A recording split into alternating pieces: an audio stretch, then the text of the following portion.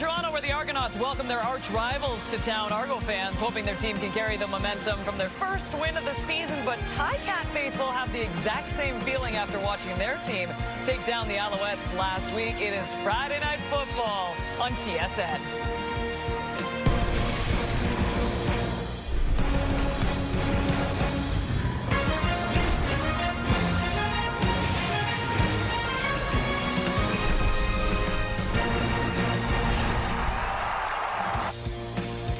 With a Week 7 return, the best-case scenario for Chad Kelly, Nick Arbuckle continues to lead the Double Blue. Arbuckle coming off a strong performance against the Red Blacks, though, where he completed 5 of 6 deep passes.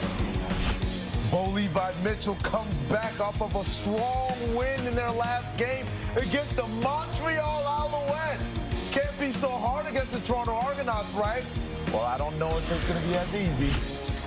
An amazing trade last season for the Argos with the Red Blacks for this guy. Andrew Chatfield leads the CFL with 5 sacks. He's got one every game, so I expect him to get one more tonight, Enoch.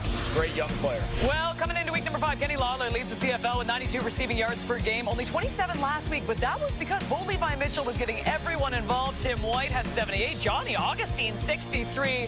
You love to see this if you're a Hamilton Tiger Cat fan, and you love to see it if you're an Argonaut fan, because we love seeing these two teams go against each other at any point in the season. Back alongside Paul LaPolice and Enoch Mwamba, who has been searching for any farm animal he possibly can to race. Beef, milk, we like them all. Cows, bring them on. I'm going to start going moo every time I see a cow. I think we're done with the race. All right, we'll get to these guys in just a moment, but first let's bring in our Matthew Shinetti. And Matthew, I'm really appreciating Ryan Dinwiddie this season. He had the most amazing fiery post-game comments, and now he's giving some motivation to the Argonauts tonight. Yeah, Kate, he's been calling out his team quite a bit over the last little bit, and maybe there's a reason for that urgency, because just yesterday he told me this is a must-win game, which kind of sounds a little weird given the fact that it's July 4th, but maybe that urgency is there because in his time as the head coach of the Toronto Argonauts, Ryan Dinwiddie's never started a season 1-4, and one of the things that he's been kind of playing on over and over again is this lack of a run game that the Argos have. They and the Ticats are at the bottom of the league. Kevin Brown is going to start tonight for the Toronto Argonauts, and it was a game-time decision. But Greg Bell is now going to start for the Hamilton Tiger Cats. I spoke to Bo Levi Mitchell to start the game, and he was very, very calm. You look at his stats, and the number that's going to stick out to you is 7.3. That's the average yards per completion. That's the lowest in his career. But you look at the pass attempts, and you project it out for the rest of the season, Bo Levi Mitchell could be like 726 pass attempts. And I asked him, how do you kind of measure that? The gunslinger that you are, the guy who wants to push the ball downfield to Tim White and Kenny Lawler and Shamar Bridges. And he says, sometimes I have to fight that tendency, but I think this is going to work. Last year, I might see those options, push the ball downfield, and we've seen it. Scott Milanovich doesn't like that. Bo says he wants to stay contained, but Lapo, you mentioned it. Andrew Chatfield Jr. has been wrecking quarterbacks this season. Spoke to him yesterday. He talks about this yard off the ball. He loves it because he gets to see pre-snap and kind of judge guys and get off the ball and really get after the quarterback. Well, tonight, he's going to have an opportunity to do Bo Levi Mitchell. Guys? Chatfield getting all the love on this show, and rightly so, but let's get back to Bo Levi Mitchell. He has enjoyed his fair share of success against Toronto during his career. He owns a 15-2 all-time record against the Argonauts, while sporting a 31-11 total touchdown to interception ratio during those contests. By the way, just 90 passing yards away from 40K as well. But Lapo, let's get back to those comments that Ryan Dinwiddie had, saying this one is a must-win. It seems a little extreme for week number 5. I know where he's coming from a motivation standpoint, and you certainly don't want to drop to 1-4 on the season, but do you agree for Toronto right now they have to win this one? No, I mean, I never try to make that statement. You need to win this as a must-win game, because what happens if you lose the game? What are you telling your players after that? And there's a couple of reasons why this is not a must-win. They play each other 3 times this season, so they could lose today, Enoch, and still win the season series. So nobody's established themselves in the East as a second point, so 3 teams got 1 win, so you can easily get to where you need with a home playoff game. And I believe one of the biggest things is Chad Kelly's going to come back to this roster.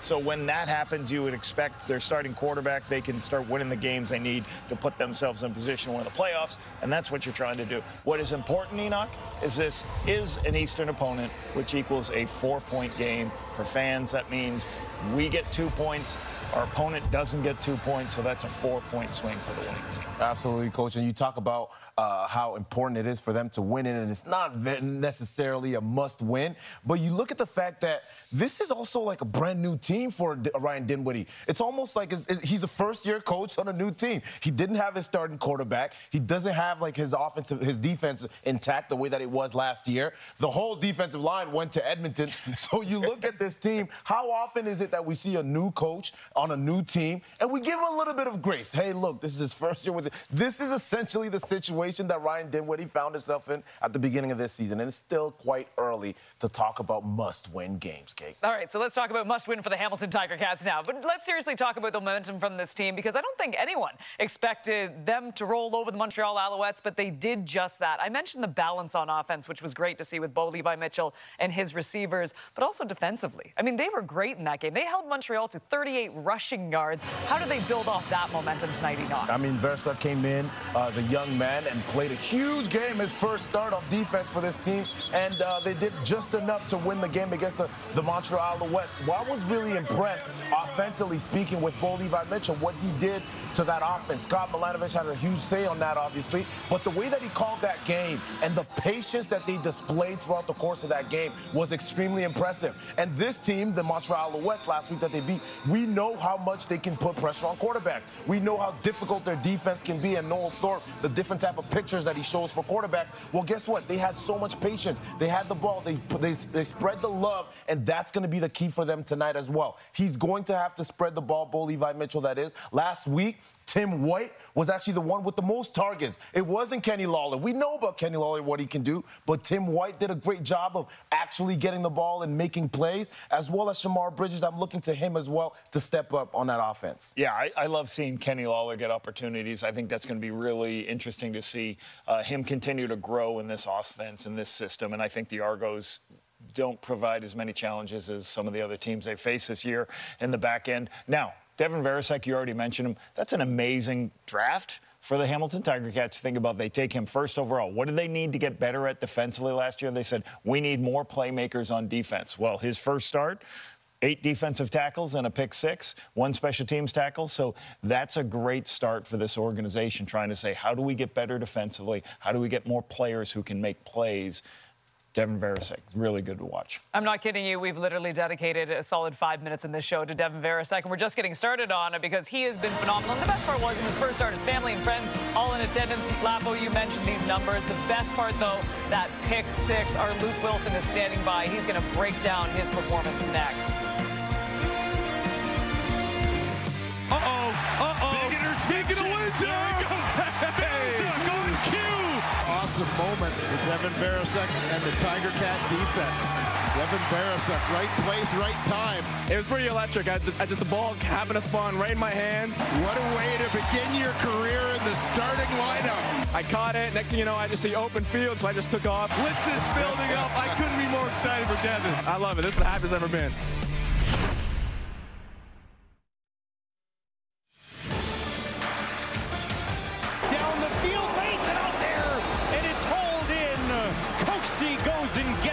This is our go-up-and-get-it guy. Spectacular catch. Coxie electric as ever. Deep ball. Nearly intercepted. It's caught. Coxie with an unbelievable play. It's caught. It's coming back across the 20.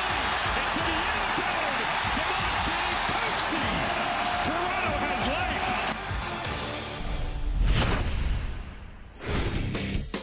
So DeMonte Coxie enters tonight's game with the second most total receiving yards in the CFL behind just Keon Hatcher. His 5 catches at 20-plus yards leads the league this season, and his 20.6 yards per reception also stands as the most in the CFL. Recently, our Matthew Shinetti sat down with the star receiver. It's caught. Coming back across the 20. Into the end zone. DeMonte Coxie. Think about you win a Grey Cup in 22. There's that loss in 23. You win again in 24. What is this team building? Because really the floor with this team is getting to the East Final. Mm-hmm. The ceiling and above that is winning a Grey Cup. Mm-hmm. So what does consistency look like when the team is that great? Coming to work every day. You got to come and show up to work. You can't go in thinking about what you did last year. Pinball said this a lot, too. He said, what you did yesterday still impresses you today, then you ain't do nothing today. So, you know, we definitely all excited about, you know, what we did, but now it's time to go do it again. You're sounding more and more to me like a leader.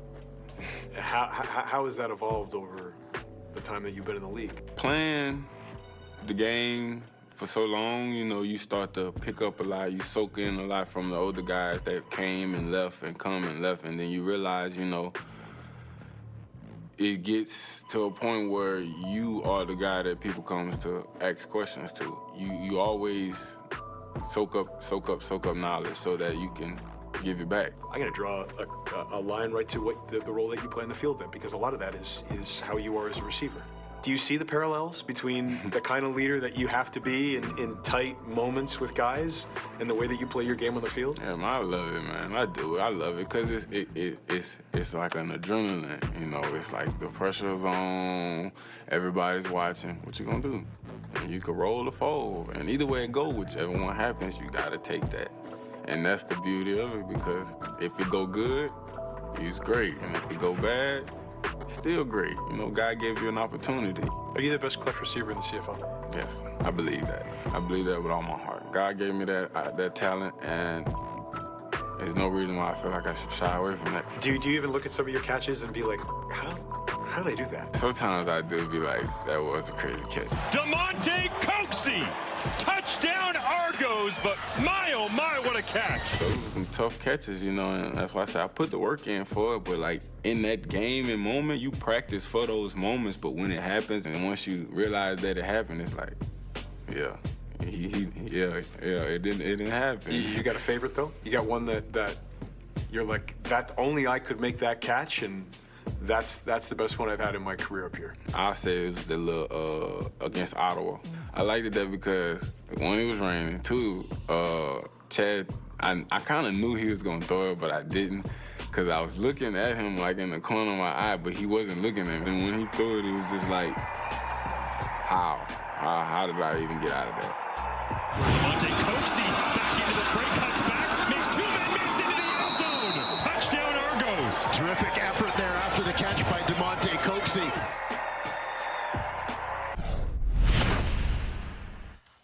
I'm with you, Enoch. I thought it would be the Montreal catch. 100%. I was right beside him when he made that catch. Well, I mean, it's impressive, though, with the weather in Ottawa, but agree to disagree. I guess it's your own catch. You can make up your own rules. We now join our Luke Wilson. And Luke, I think a lot of the Hamilton Tiger Cat fans were scratching their heads when the organization let Kyle Wilson go, a guy who's still at the top of his game. He ends up signing with the Calgary Stampeders. But guess what? The Ticats knew something. They knew they had something special in Devin Veresuk. He makes his first career start last week. We were talking about it on the panel, and my goodness, he did not disappoint. Yeah, Kate, you said it. And, you know, Devin is obviously a Windsor guy. And he's been winning championships his entire life, and he's been doing that at every level. I talked to his Bantam coach, his high school coach. He's won everywhere. He was a great player at the University of Windsor. A lot of hometown pride there. And I'll say it's a tough situation for him because you said it. You trade a veteran guy away, and even though you're drafted high, you really want to prove yourself. And I remember me back in the day, my first game as a rookie, we had 2 tight ends on the roster. I happened to fall start in that game, Kate. The next game, we had 3 tight ends on the roster. Now, fortunately, I was able to clean it up a little bit later on, but Devin obviously had the hot start last week, and I think when you go back and you watch what he did, you know, the tackles were one thing, the interception was one thing, but it's not just, you know, the stats. My favorite stat he actually had was he had a special teams tackle. So you go out here and you've got a rookie and you're trying to prove to the boys, like, hey, I belong here. You're trying to prove yourself. This is my first start as a pro ball player, and you come out and it couldn't have gone any better. He led the team in tackles. He obviously had this tremendous play you're watching right now, which was really the biggest play in the game. And then he just immediately becomes a accepted as a guy, not only himself, but his teammates, somebody in the locker room that they can rely on. And for a rookie to come in here and have that type of performance, again, especially like you said, after filling in for a guy who's a veteran guy that was traded, it was really unbelievable. And we talked about him being a second pick overall. You know, there's a first pick overall that might be sitting right beside you, Kate, and I'm not sure he started in his rookie year. Now, I have been told that his head coach was a bit aloof, so maybe you can sort that out on the panel. But you got to tip your cap to Devin because he's obviously off to a hot start. I think he's going to have a great night tonight. We're going to go back to those comments. Clear it up. Clear it up. Enoch, would you like to explain, or would you like to talk to your coach who didn't start you? First of all, okay, go ahead. Watch yourself on national TV here, Luke.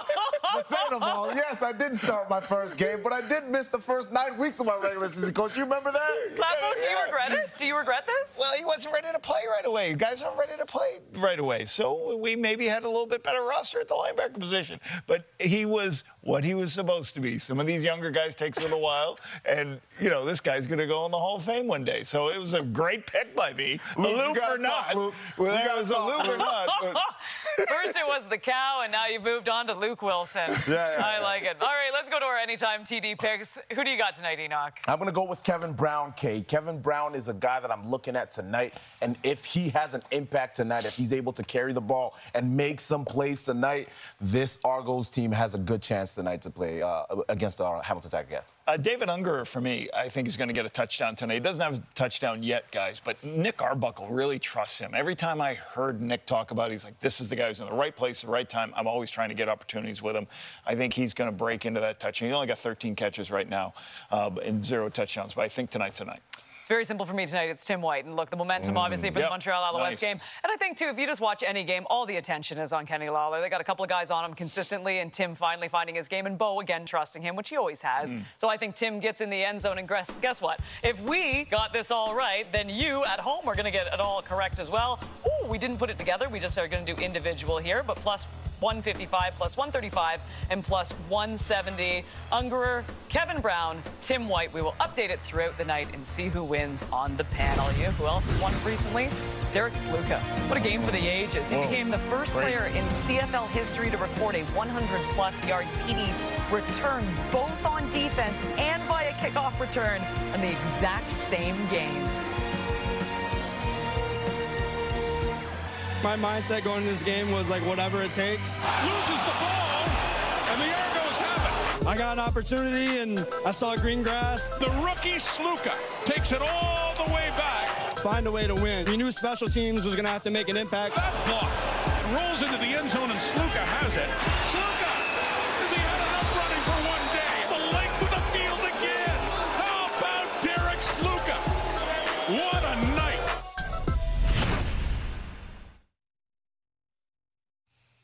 Well, if there's one person who loves facing the Argonauts, it is Scott Milanovich. A perfect 3-0 record against Toronto as head coach of Hamilton. If his defense plays the way they did against Montreal, he has a glorious chance of moving that record to 4-0. Speaking of the defense here, they held the Alouettes to just 226 net yards, the lowest opponent total since their final game of 2023. The Ticats have conceded a CFL low 1 passing touchdown all season, and also the 5 interceptions are tied for second most in the league. Now, how cool is this? We had our friend Wynn McManus in studio a few weeks back, and he showed us this Argonaut ring. Here's Deshaun Amos getting his ring tonight, and you can tell. I mean, you open up that thing, and it was beautiful. The top comes off, has the stadium in it. You know, you got one of those, eh? It's a special moment. Yes, definitely, man. Look, this ring, though, is very special. Here's Shooter with Deshaun. All right, Deshaun, I'm still getting used to this. Still getting used to this. You won a Grey Cup with Nick Arbuckle. How do you attack him, though, in a game like this? You got to be disciplined, man. He has a lot of weapons, so you just got to play discipline, man. Read the quarterback. Do your job. Don't try to do anything extra because he'll find the holes. Speaking of the color of your jersey, how much does this mean? I know I was talking to you the preseason. You wrote some Argos suck messages on some fans' jerseys. Yeah. Does this mean a little bit more to you and Jamal Peters tonight? I don't know, man. We just have fun with it, man. I still got some brothers on that side, you know, believe it or not, but I'm embracing being in the black and gold and being on the side of the rivalry. And if I had to say, this side might be a little more fun. So just looking forward to it, man. It's another game. Just blessed to be out here. Have a great game. Thank you. Thank you. I am completely with Matthew Shinetti, by the way. I'm still getting used to him being in the black and gold. And it was great, too. The CFL posted on Instagram today the players that have gone on both sides. Zach Collaros, like a really young Zach Collaros for the Hamilton Tiger Cats. I forget they had Brandon Banks was on there. Who else? Chad Owens was on there. I can't remember all of them off the top of my head, but it is interesting because it is like going to the enemy. And look, I know I love the opinions coming up on this particular topic. But, I mean, I was raised with my dad as an Argonaut fan. I'm not saying I'm an Argonaut fan now, but this was a monster game. This was like, no matter where it was, when it was just a big game. This is a rivalry, and these two fan bases absolutely hate each other. Well, I would say this, like, I don't see it as a rivalry right now. For me as a coach, early in the season, when you're playing, I know they're rivals, but when you're playing this early in the season, to me as a coach, you're trying to get your players just to win a game. It's the game of the week. There is a rivalry component. For me as a coach, it comes in when Labor Day shows up, right? When you get the Labor Day Classic, you get the Banjo Bowl. That's when I think the rivalry, because why the fans are so fired up for that football game. Enoch, my first time as an Argonaut coach going to Hamilton, we take the bus down there. I get off the bus. There's like a 7-year-old yelling at me, "You stink! You suck!" They're yelling and screaming at me. And I'm like, where were your parents? And then all of a sudden I look and the dad's behind him going, "Yeah, you stink! You're horrible!" And they're all yelling at me. I'm like, what is going on? And then next thing you know, "You stink! You stink! You stink!" Pinball walks off. "Hey, Pinball, how are you? What's going on? You're amazing. Like, oh, good. And then the next guy, "You stink! You stink!" By the way, was that the exact wordage? You stink? No. We don't have the beats ready to go in there, producer Troy? Yeah, even at PG. But, Coach, you know what? To me, I know playing for the Toronto Argonauts, whenever you play the Hamilton Tiger Cats, it is a big game. And not just necessarily for yourself. We know it's early in the season. But playing against the black and gold is huge and is special whenever you're an Argos fan or player or you work in that building, period. You always want to win every game that you come to play in the pro sports, but you want to beat the Hamilton Tiger Cats when you play against them. And that's the same thing on both sides. You come and you play this game, and there's a lot of pressure. And you talk about leading up to the game, everybody talks about it's the Hamilton Tiger Cats. You get patted on the back. Make sure you win this game. This is that game right now. And I want to emphasize the fact too. It's one thing to have played on both teams. Yes. Kate, you mentioned those guys, Chad Owens and Chris Van Zyl is another one off the top of my head. I can keep going here. But it's another thing when you go the very following year from playing with the Toronto Argonauts, and then you go to the Hamilton Tiger Cats. I truly think that Deshaun Amos didn't really say the true feelings how he feels about where no one says he wants. Like Lampo's not saying what the fans really said to him. Matthew Shinetti with Tavares Daniels. Tavares, I know that irrespective of what time of the year it is, every game feels like a must-win to you. But the way this team has started 1-3, kind of the inconsistency with the offense, what sort of indications are you looking for tonight to see that you guys are moving in the right direction? I mean, I think the biggest indication is to see that we can do it 2 weeks in a row. I think they're just coming out here, executing on that first drive. I think that sparks the team, and we're going to try to do that and see where it goes from there. But we plan on having a big day. I know Deshaun Amos just said that he still has some brothers on this side of the field, but that kind of rivalry with this game, nor are there guys that you won a Grey Cup with on the other side that you're going to be going up against in their defense. Does that get your blood boiling? Oh yeah, I mean, we know what he's going to bring. They know what we're going to bring. It's a rivalry game. You know what to expect. Like I said, we plan on having a good day though. Appreciate you, DeBart. Hey, appreciate you. Go Argos. Now, do you believe it's a rivalry, Lapo? It's a rivalry. It's a rivalry. Right. And here's what's interesting, Enoch. Your point was really good about back-to-back. When O'Shea left Hamilton to go to the Argonauts, he's still hated by people there, right? People that get all over. We love you, Osh. Right. We love you. Got him where we want him, right where we want him. Got him where we want him, right where we want him. When we roll up to the spot, I bring the game, bang. Clock's ticking down the shoot, you know it's bang, bang. Yeah, we reppin' for the squad. Yeah, we reppin' for the squad.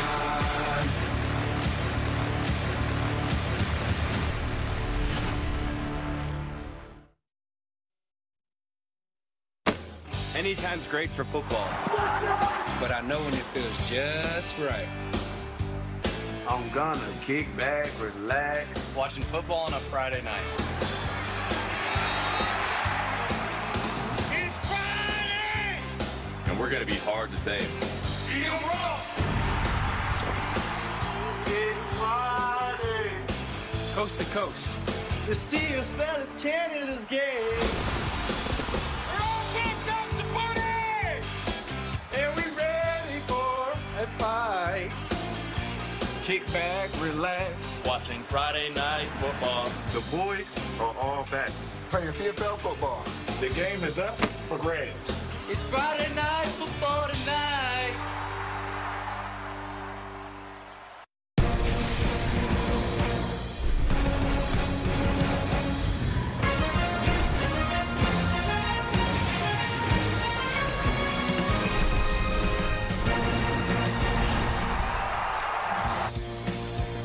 Week 7 return, the best case scenario for Chad Kelly. Nick Arbuckle continues to lead the Double Blue. Arbuckle coming off a strong performance against the Red Blacks and continues to lead the league in passing yards with 1,110 on the season.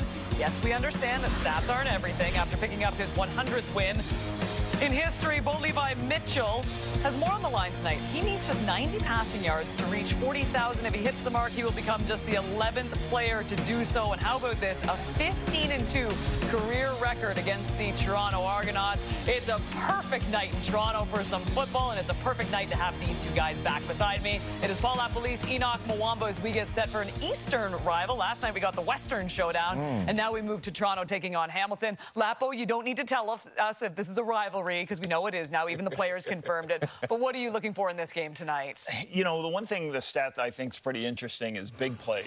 Big plays are defined in our league as a 20-plus run or a 30-plus pass. They're up, Enoch, 44% from last year. There's already been 72 of them. And Bo Levi Mitchell, 12 straight completions last week, carries it into this week. I want to see him take a couple of those shots he's famous for.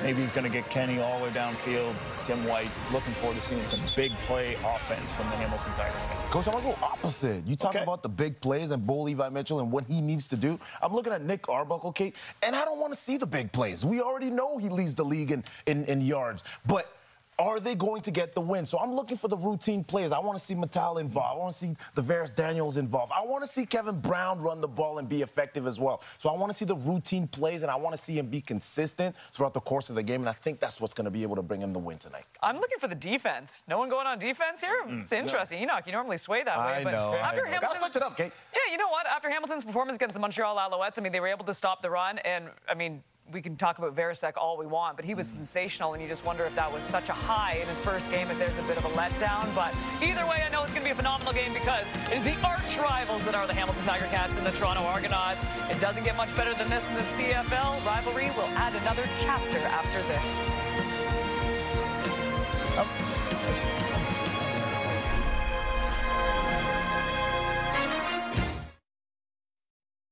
Roy Leister of New Westminster, BC. This is your chance to win big thanks to Save on Foods' $1 Million Touchdown Win. If the kickoff is returned for a touchdown, you could win groceries for a year. If 2 kickoffs are returned for touchdowns, you could also win $1 million.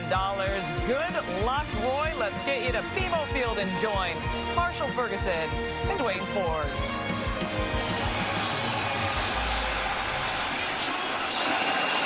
Thank you, Kate, and welcome to a pristine evening on the shores of Lake Ontario as the 2025 trifecta of QEW rivalry matchups begins with both the black and gold and the double blue coming off their lone victories of the season to date. Marshall Ferguson, Dwayne Ford, Matthew Shinetti down at field level throughout the afternoon, evening here. And of course, Dwayne, we know that there is a lot of history made last week.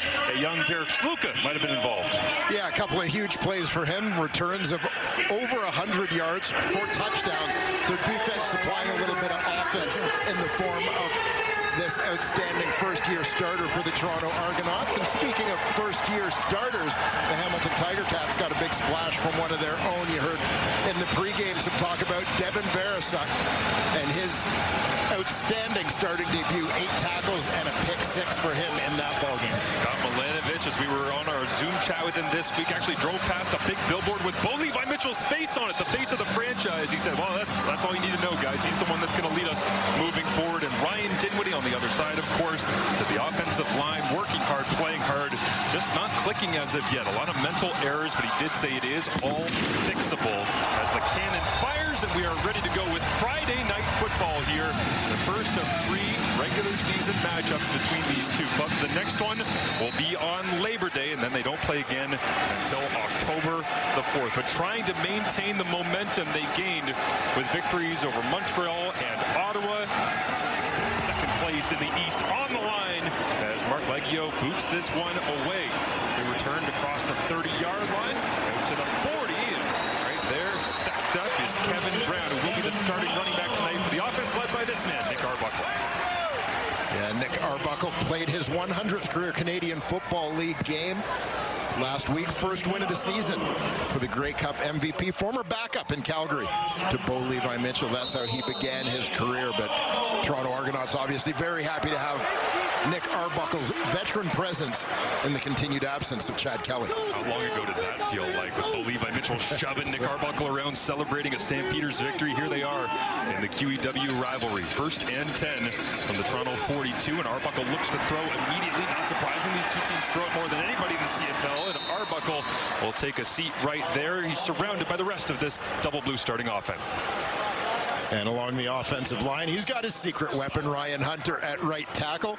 The big fella got himself a touchdown last week. We'll talk a little bit more about that as the game unfolds. And in the backfield, Kevin Brown gets the start at running back. Deontay McMahon is out of the lineup. Brown, the former Edmonton Elk, looks to get this Argos run game going.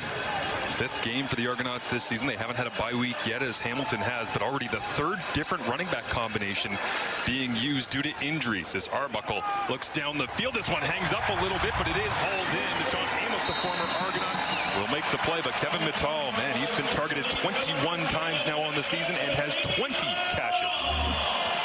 Yeah, fun chatting with Ryan Dinwiddie this week, talking about the youngster Kevin Mittal. Second-year player, first-round pick for the Toronto Argonauts last season. Filling a much bigger role in this offense this season. As Ryan Dinwiddie suggests, he's still got to work on that route running, but you look at how productive he's been in the early going, and you just feel like the sky's the limit for this young man. And a confident throw as well to the wide side that time with some pace on it for Nick Arbuckle, as he leads the CFL in completions of 30-plus yards down the field. This time he'll go behind the line of scrimmage. Jean Brissett catches it, trying to play the numbers game and get outside, cuts back on Deshaun Amos, and Jonathan Moxey finally runs him out of bounds. But Jean Brissett with a touchdown here in the Argonauts' last home game against Saskatchewan. Off to a quick start with another first down for the Argonauts. Yeah, the Argos get an extra big body in the game along that offensive line, looking to block things up. So that little bubble screen to Dejan Brissett, who does a nice job after the catch. I mean, this is the whole idea of it. If you've got some playmakers in that receiving core, get the ball to them on high percentage passes and leave it up to them to make people miss.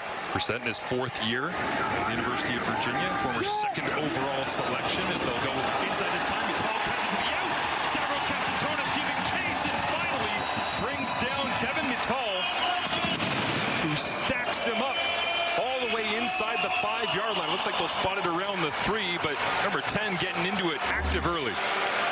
Yeah, you get a little bit of a sense of all the tools in his tool belt. We've seen Mittal catching the ball. They like to get him involved in the run game. About 15 pounds lighter this year than he was a year ago, but the fact is, still built like a running back. He's built to take some of those carries, and love seeing the receiver run game, force the defense to defend the entire field, every gap, sideline to sideline in the ground game. Nick Arbuckle hands it off inside. Kevin Brown gets the touch again with Deontay McMahon out of the lineup. Mayan Williams out as well. And that means Brown, who was cut at the end of training camp, back in the lineup here after a couple of games. It was 1,000-yard back in 2023 with Edmonton, but he just wants to reach the end zone right now for the first time back in Toronto. It'll be interesting to see which way the Argos go here as Mittal checks in. So the Argos going back to their base offense. They had gone with that heavy look on first down from in close. So John Boss back to the sideline, extra offensive lineman. And Arbuckle, 9 of 9 in the score zone, 4 touchdowns, 0 interceptions here early in the 2025 CFL season. Week number 5 underway with the opening drive of the ball game, driving to the end zone. Touchdown Toronto. Kevin Brown. They said see ya after training camp. He says hello to the fans in the end zone with a Week 5 opening drive touchdown. Yeah, and again, mixing it up a little bit. There's so often that tendency to try and pound it between the tackles when you get in these goal line situations. But here, the Argos get on the move, let Kevin Brown attack the perimeter. He finds a soft spot, first open gap, turn it north-south. And the Argos open the scoring here. Less than 4 minutes in. It was a long opening drive touchdown in their last game at home against Saskatchewan as well. They do it once again. It was a wire-to-wire Argonauts win after trailing by 14 points in each of their first 3 games. They dominated Ottawa last week, and it carries over here to get things going on Friday Night Football. 6 plays, 68 yards, and a little over 3 minutes. Efficient, and coming off of a hot start to the season with 17 catches over his last 3 games, including his first touchdown in 2025. Kevin Mattel played a pretty decent role in that one, but they were spreading it all over the place, and Kevin Brown finishes it off. Yeah, nice variety in terms of their offense, mixing it up a little bit. You saw that shovel pass to Mattel, just an extension of the ground game. And certainly Kevin Brown doing his part with the rock as well. Isaiah Wooden back to return alongside Jonathan Moxey, as those two will receive the kick from Liram Hiralahu, and Hamilton gets their first touch on the ballgame after Toronto won the coin toss, took the football and scored. What can the Tiger Cats do? That's a pretty decent return. Up to the 38-yard line. Tackle brought down by Ryder Vargas. Bo Levi Mitchell, after joining the Century Club, fastest to ever do it, joins the action. Yeah, we mentioned Nick Arbuckle playing his 100th game last week. Bo Levi Mitchell collecting his 100th career victory as a starting quarterback in the Canadian Football League.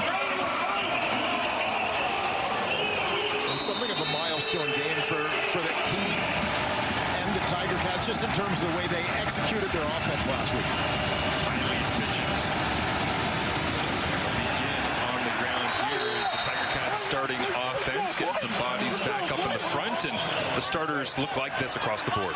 Yeah, and we'll keep an eye tonight on the tackles, Quinton Barrow, Brendan Bordner, as they'll face Andrew Chatfield Jr. comes in leading the Canadian Football League in sacks. I mentioned Greg Bell back in the lineup at running back. He missed last week. I expect we'll still see some Johnny Augustine helping take the load off of Bell. But if the first play is any indication, the Ticats, like the Argos, are looking to establish that ground game early. 2nd and 8. Flank comes up on the snap. Low over the middle, looks for Shavar Bridges. It's incomplete, as Derek Sluka flew downhill and laid the wood as well on Bridges, but looks like the flag will go against the Tiger Cats. Yeah, and that was one that just looked like it got away from Bo Levi Mitchell. Offside, Hamilton, number 17. Penalty is declined, 3rd down. Didn't get quite the release he wanted on that toss. It came in low for the intended target, Bridges. And after having 12 straight completions to end week number 4 in a victory against the Montreal Alouettes, just like that, the streak is done. Dead. 0 for 1 to open things up here, and trailing already by a touchdown as Nick Constantino will send this one away. 49.4-yard average. This is a beauty.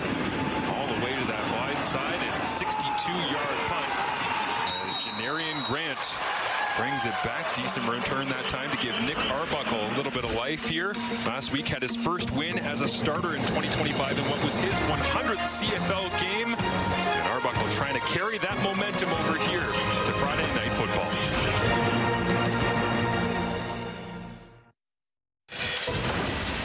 Nick Arbuckle taking some deep shots last week against the Ottawa Redblacks on the road. 5 of 6 on those attempts down the field. Ended up 18 of 25, and a pretty impressive performance overall. Though Ryan Dinwiddie very hard to please as of late with this offense.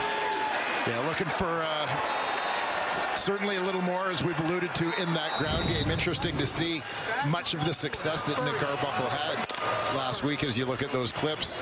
Some things coming off play action, so certainly if they can get the ground game going. Great to see the Argonauts tonight wearing the Team Ted shirts.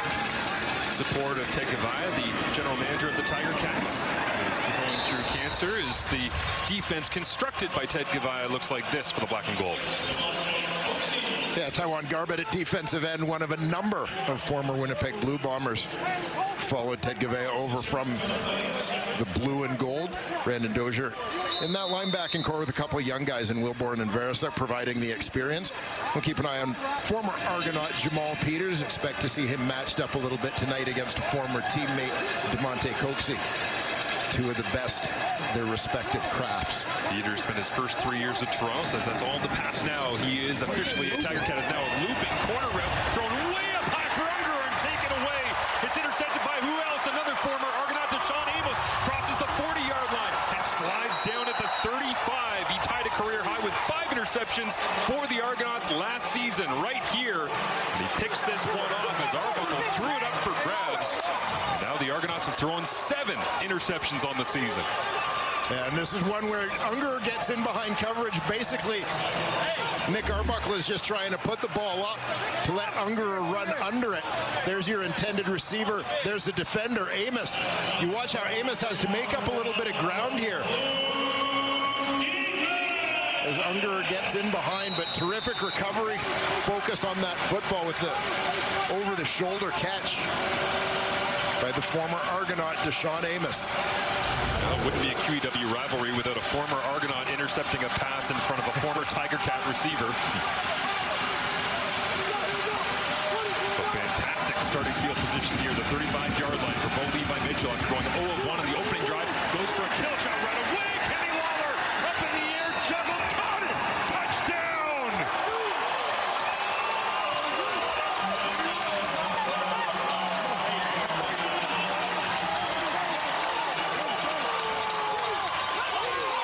From 0 for 1 to 1 for 2, and a 35-yard strike to the most lethal man on the deep ball in Hamilton. Well, we've talked for years about that sudden change, go into attack mode after the turnover, and it's Kenny Lawler going vertical, and this is what he does as well as anybody in the Canadian Football League, going up and getting that football on the contested catch. Look at the eyes of Tyler Turnowski. Couldn't believe Lawler hauled it in. Well, start believing. He's been doing it for a while in the Canadian Football League. Coming into this game, Lawler had more targets of 20 or more yards down the field than all of the other Hamilton receivers combined. This is why he tracks it like nobody else. The body control, the aerobatics, and the great hands to haul it in. Tie ball game.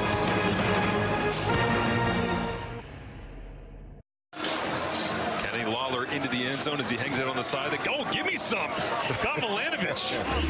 He's about it. Came over to see Kenny. That intense high five right there. Watch how the inside release here. Keandre Smith is going to hold the halfback, Mark Milton, down, and you'll see Kenny Lawler releasing from here as he goes deep. Milton is just a little late getting to him because he's got to watch that inside route first. Benji Franklin's caught on the outside. Allows Kenny Lawler just that split second to get in behind the defender and go over top of him for the catch. Deshaun Amos watching on after his interception, and he loves it. Waller came in with 10 contested catch attempts. That leads the CFL. Add another one. And now a 6th contested catch made. There's great attention to detail when the ball is high in the air. His big special teams tackle that time. Brian Cole, the second on the field making the play, but Lawler right there. Never too far away from his quarterback, Bo Levi Mitchell, on the sidelines. Always good to be present with your quarterback. Don't let him forget about you for even a second. Not that they ever would with Kenny Lawler. David Roosevelt there, the receivers coach now working. Shamar Bridges and Kenny Lawler, Tim White, Tyler Turnowski, Brendan O'Leary-Orange back in the lineup here in this ball game. Keandre Smith. It's a talented group, but so many of the looks have been going to White and Lawler, and rightfully so early in the season. What can Toronto do to answer now? They'll begin with the ground game, trying to push their way forward towards the 40-yard line. Decent interior push that time, but trying to get this running game going is something they've prided themselves on under Brian Dinwiddie as head coach. Yeah, no question, the physicality. Even look at the way this Toronto Argonaut team is constructed, and you think about the size that they continue to add along the offensive line, the newest faces that have come in, some of their draft choices in recent years. Sage Dockstader starting. at left guard tonight at 6'6", well over 300 pounds. I'll go with a little screen inside, trying to get Kevin Natal back into the mix, and he is turned around immediately. Devin Verazuk, standout second overall selection from this year's draft, had a pick 6 last week and does a great job that time, flowing right to the football, making the play they needed to force third down in the punt. Yeah, you heard Luke Wilson talk about Devin Verazuk in the pregame show. Tremendous starting debut for him. So tough, as we've seen over the years, for rookie linebackers, Canadian linebackers, to jump right into the lineup. It's just such an adjustment in terms of processing speed and so on. But Devin Verazuk has done a terrific job of it so far. John Haggerty comes out. Tiger Cats thinking about sending some heat. They'll bail out. Haggerty with a wobbling boot down to the 18-yard line of the Tiger Cats. 50-yard punt. Isaiah Wooden spun out of it. He's got some life here as he tries to stutter step and get the edge. He does get around Haggerty. Turns the corner. One more man to beat, giving chase, and a great job taking the angle, flying all the way back. As getting his first opportunity is Aaron Casey here for the Argonauts on special teams, but Isaiah Wooden Sr., a 48-yard return on the 50-yard punt. Side by side right there, the two starting quarterbacks, former Stampeders. As we throw it down for the first time to our man on the sidelines, it is Luke Wilson. You know, Marshall, I'm Coach Ryan Dinwiddie right now. I'm beside myself. Every week you come in, you scout the other team, and you script plays. And your openers here were phenomenal. You came out here, you took the ball in the coin toss, and they stretched the defense horizontally. They got Natal going in the run game as well, receiver. Again, Hamilton looked a bit clueless on that first drive, and then you go to play action, and you've got your man down the field, and you underthrow it. He crafted up a great versus team, and you make a mistake like that, and when you got Bo Levi Mitchell and this man, Kenny Lawler, on the other side, you're going to pay. It's the first play they go to. They go to an 8-man protection there, because they basically say, hey, Bo, we're going to make you safe. We got an extra lineman in. We're keeping our tight end fullback in. The running back chipper on the way out. You will have time. Throw to Kenny unless he's completely covered. Then you got somewhat of a deep shot to the left as well. Again, he's got to be beside himself because they've done well and they've really stabbed themselves in the foot here. Yeah, no doubt, Luke. And you see Ryan Dinwiddie talking things over with Kevin Natal on the sideline. They're not too upset right now, trying to stay even-keeled, even though you know the fire's burning pretty deep inside. Well, and it's so true, right? You miss an opportunity, and whether you want to call it Murphy's Law or, quite frankly, Bo's Law, he's going to make you pay for it. Yeah. They begin with that little inside touch on first down and leaves second down and 5 here. Hamilton threatening again quickly after the massive, now 51 yards officially, Isaiah Wooden Sr. punt return. As Greg Bell crosses the formation, Ternowski lines up in the backfield, and Mitchell looks to the outside, and this one was up for grabs. Bell hung up to dry a little bit there. It's Tavares McFadden driving on the football, incomplete. McFadden, the veteran, out at that field corner spot. Watch Tyler Ternowski stand in the backfield to pick up the blitz, allowing Greg Bell the free release. But McFadden just waiting on that one. Well, Bo doesn't throw a lot of wobbly spirals like that, and you got to think that that's about 9/10 the way through the release going, don't really love this one for my guy Greg Bell. Mark Leggio comes out.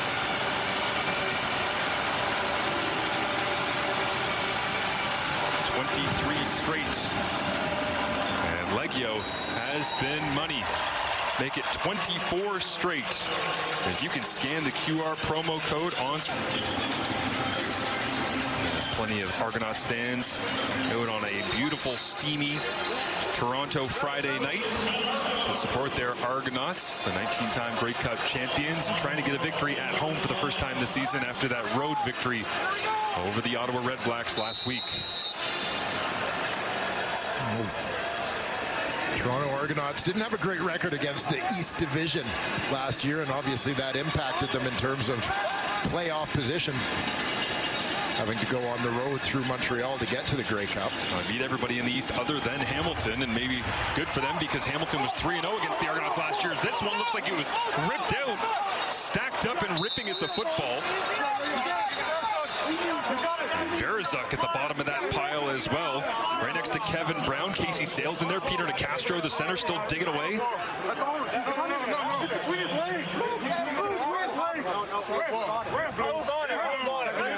Verizuk is saying, I was on the football, but it ends up in between the legs of Kevin Brown. So looks like Tywin Garbett might have been the one that ripped it out, Dwayne. Yeah, coming down off that edge, we'll get a look. The Ticat defensive end, unblocked man, maintains that contained position until he sees that the ball has been handed off and then collapses to make the tackle. Watch the right arm. Good effort there by Garbett to force it to pop out.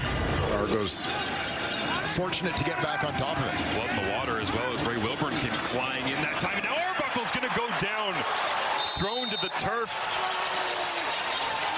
Brendan Dozier in there alongside Julian Hauser. And Ryan Hunter knew he had his hands full with 95 here this evening.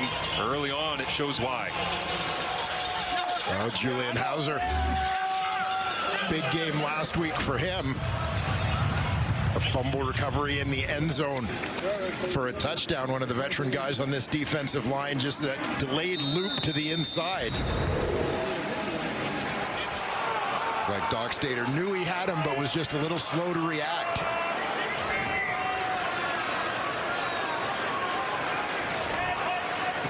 Haggerty knocks this one down, see if Wooden can find some more space. And it goes straight forward into a pile of Argonauts coverage. It's Derek Sluka.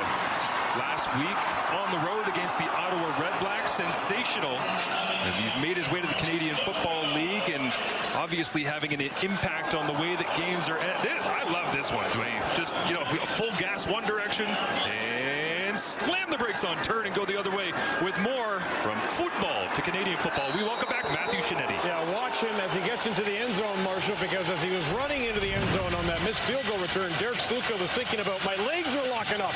I haven't run this much since I was playing youth football when I was 6 years old. Now, the Argos equipment staff have those two footballs, and definitely Sluka wants to give one of them to his grandfather, Teddy, but he's had such an impact on the Argos defensively, on special teams. You remember, also went ahead and showed some receiving ability when he was with the Indianapolis Colts during their camp. Hasn't showed it yet with the Argos, and though Sluka is so comfortable whiteboarding everything that he can do for the Argos, he has also played high school quarterback in Waterloo, New York, and Nick Arbuckle asked Sluka, listen, if we need you, could you go in? Sluka's not that confident in his quarterbacking ability, so he said, sure, if you want me to throw 4 picks and a half. Hey, we've all been there, Matthew. I mean, I can speak personally to that one. I know what that feels like, but what an athlete, what a player Toronto's found for themselves here. As Levi Mitchell took a seat on first down. Now he goes over the top to Kenny Lawler again. Up in the air, and 89's got it. He'll walk into the end zone. Touchdown, Kenny Lawler. 79 yards for 7.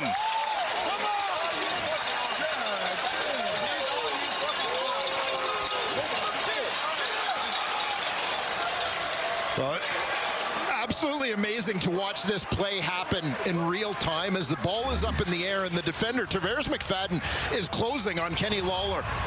As the ball is in the air, you'll see it on the left side of your screen, but you can see just how relaxed and focused on the football Lawler remains, watching that one in and able to maintain his balance after the catch to take this one to the house, his second of this first quarter.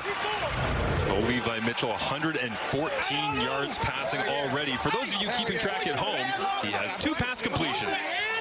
That's all he needs. Very efficient. They're both to Kenny Lawler, and they're both touchdowns as Mark Leggio kicks this one up and through. And after the Leggio field goal and a pair of Lawler majors, 17-7, and we haven't exited the first quarter. There's Kenny Lawler lined up on the outside, playing to the field. This time, he and Tim White given all kinds of room to work. It's 2 receivers to the field side. We often talk about these guys as primarily the boundary side receivers where they're a little closer to the quarterback, wanting to give them room to get open.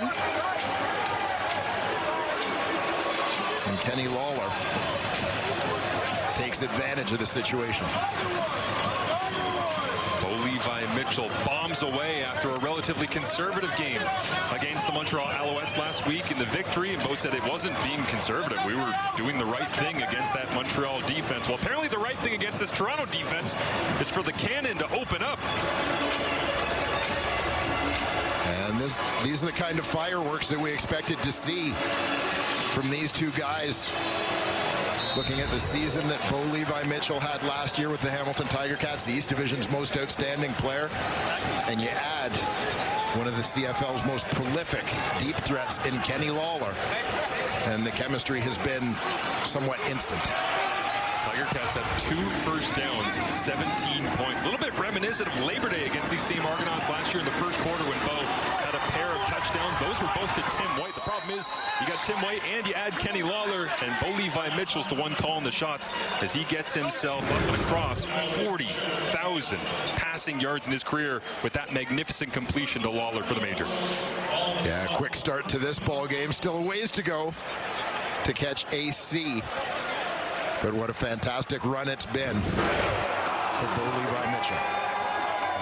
Did Bo go over and, did you like that one on film? We need a full segment on Luke's desk down there. I love that thing, man. Nothing like it. It's nice to see Bo Levi Mitchell come over and check it out.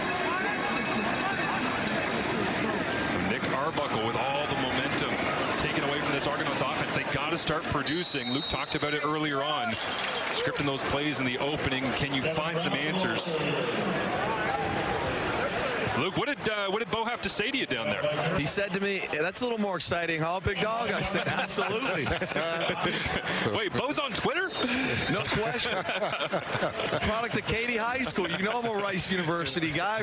Okay, my roommate in college went to Katy, played ball with them in high school. Unbelievable.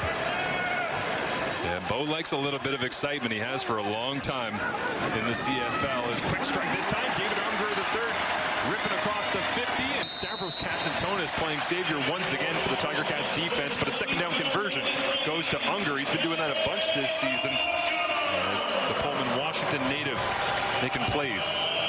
Yeah, just a nice quick hitter here. Unger from the right side of the formation, quick slant. Timing play as Arbuckle's got to get the ball out there quickly, puts it on the money, allowing his guy to take it in stride and pick up those yards after the catch. Unger has been solid for them this year. Had a handful of contested catches, a lot of second down conversions as well. Is now driving the legs through contact. And a first down on first down with the running game. That'll make Ryan Dinwiddie more happy at the end of a very entertaining first quarter of action. Bombs away over the top after a great start for the Argonauts. Bo Levi Mitchell in control early on.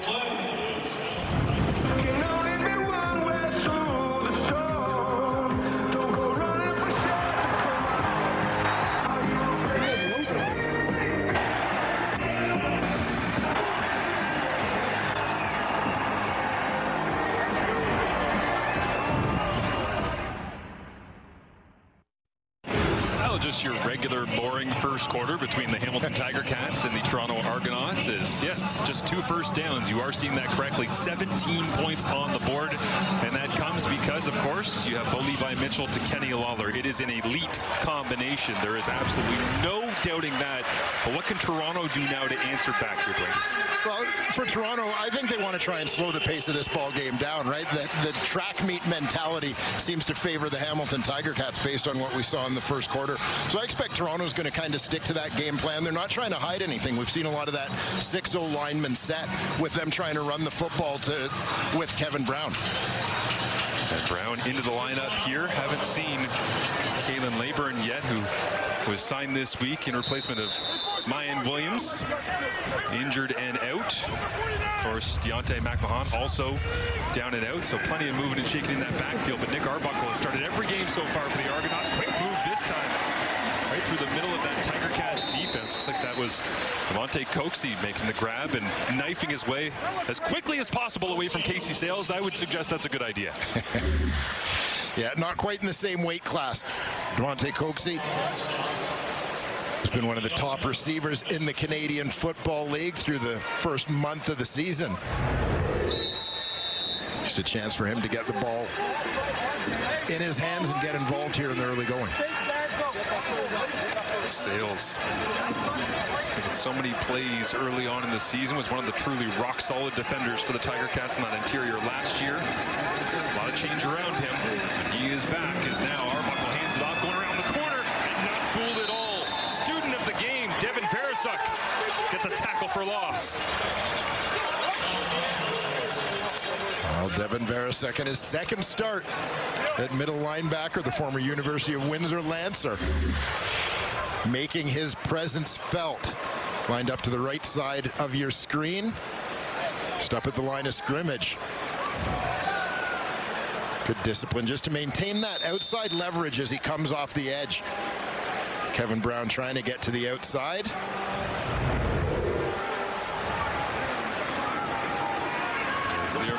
Low line drive of a field goal, but it is on the money as usual for Liram and for Devin Veresuk. He told us this week the toughest adjustment that he had was the physicality working against grown men that are trying to feed their families. Well, this helps in your first start to get the little tip right into your hands and then runs it back to the end zone. What a moment for him in his rookie season. Yeah, great start. High hopes, obviously, for this young man when the Tiger Cats drafted him second overall in this year's draft. Nice to see the 2025 draft class making a bit of a splash. We saw the first overall pick, Damian Alford, with his first career touchdown last night in the inaugural Stampede Bowl. Also known as the Cowtown Beatdown. That was something last night from Calgary. Fueled up by that Stampede Bowl trophy waiting on the sidelines as Bo Levi Mitchell, the former Stampeder, hands it off. Minimal gain on this play, but it was interesting too talking to Veresuk about the idea of you talk about Bo being in Calgary and the longevity of his career. Hey, you're basically the quarterback of the defense now. Is it weird that your actual quarterback on the other side of the ball is Bo Levi Mitchell? He said, yeah. A couple of weeks ago we were playing a home game and my friends were outside the locker room. Bo came over and shook their hand, and then all of a sudden my friends turned to me and went, yo, that's Bo Levi Mitchell. I just shook Bo Levi Mitchell's hand. Yeah, Bo's been around long enough. You've got these young guys coming in the league who grew up watching him. Devin Veresuk being one of them. Both making plays here early on as why not go right back to Kenny Lawler, second down conversion. And a nice design that time with Tyler Turnowski doing the dirty work out in front. Brandon Revenberg flying out as well from his left guard spot to get a block. And keeping the Toronto Argonaut defense off balance. A couple of deep shots to Kenny Lawler. Probably has that secondary sitting back a little bit. Not wanting to be run past. You just find different ways to get the ball to Lawler now in front of them as they back off a little bit. Lawler staring at Bo Levi through the sun. You see he's at the top of your screen with a little bit of a waggle. Give it to Johnny Augustine. 15 carries last week for 49 yards, and he'll tag on 10 more to his season tally right here as Augustine back in the flow of game action, splitting some reps with Greg Bell.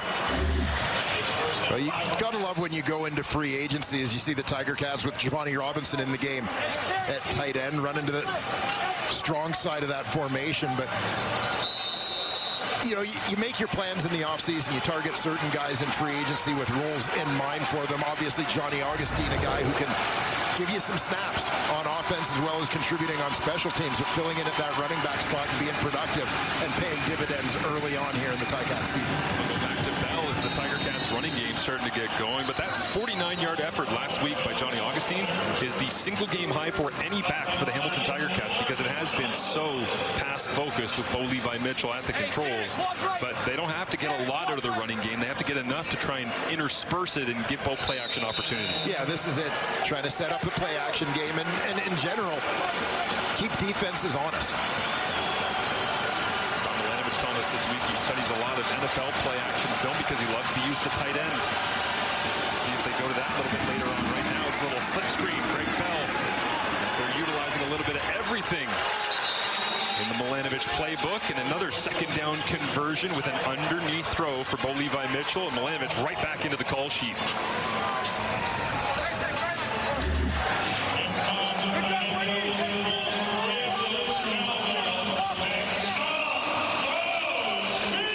Getting those four receivers out to the field in front of Greg Bell, setting up the wall. I know this was one of the things the Tiger Cats liked about Bell when they got him in the lineup last year, was that ability to catch the football out of the backfield. Litre in the game in the backfield alongside Greg Bell as well as Bo Levi fakes it, rips this one to the sideline. Shamar Bridges one-on-one dives towards the first down marker. Brought down by Tavares McFadden. It'll be second and short.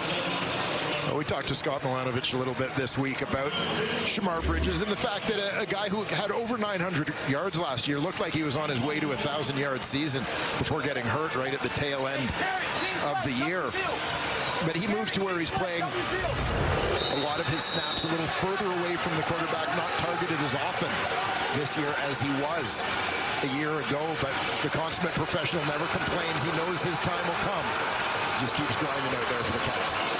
Under center, Litre takes the snap and rolls his way forward. Interesting, obviously they went short yardage there, but how much Bo Levi Mitchell on the road here at BMO Field with a lot of Tiger Cats fans in attendance just down the QEW, working at the line of scrimmages. You see him calling out the signals, and you can hear how much he's trying to get everybody on the same page as they're kind of getting up to the line quickly and figuring it out together. Well, I like the sort of different look. We've seen Litre running that short yardage offense so often. Sometimes you see the quarterback split out, backup quarterback will come in, line up as a receiver. That time it was Bo still hanging out in the backfield. Litre just steps under center to take the snap. First and 10. Mitchell looks left, fadeaway shot, gets it to Greg Bell, and chasing it down is Isaac D'Arcangelo, flying out from that middle linebacker spot. As Bo Levi Mitchell has been a dominating force throughout his entire career against the Toronto Argonauts. Yeah, there you see the numbers. And of course, highlighted is that 70% completion rate, but 15-2 record ain't so bad either. Trying to up his career winning percentage overall with another victory against the Toronto Argonauts. They'll try to convert on 2nd and 4 from the 15. Mitchell looks left, finds Tyler Turnowski, who turns, smells the end zone, and gets a massive whiff of touchdown.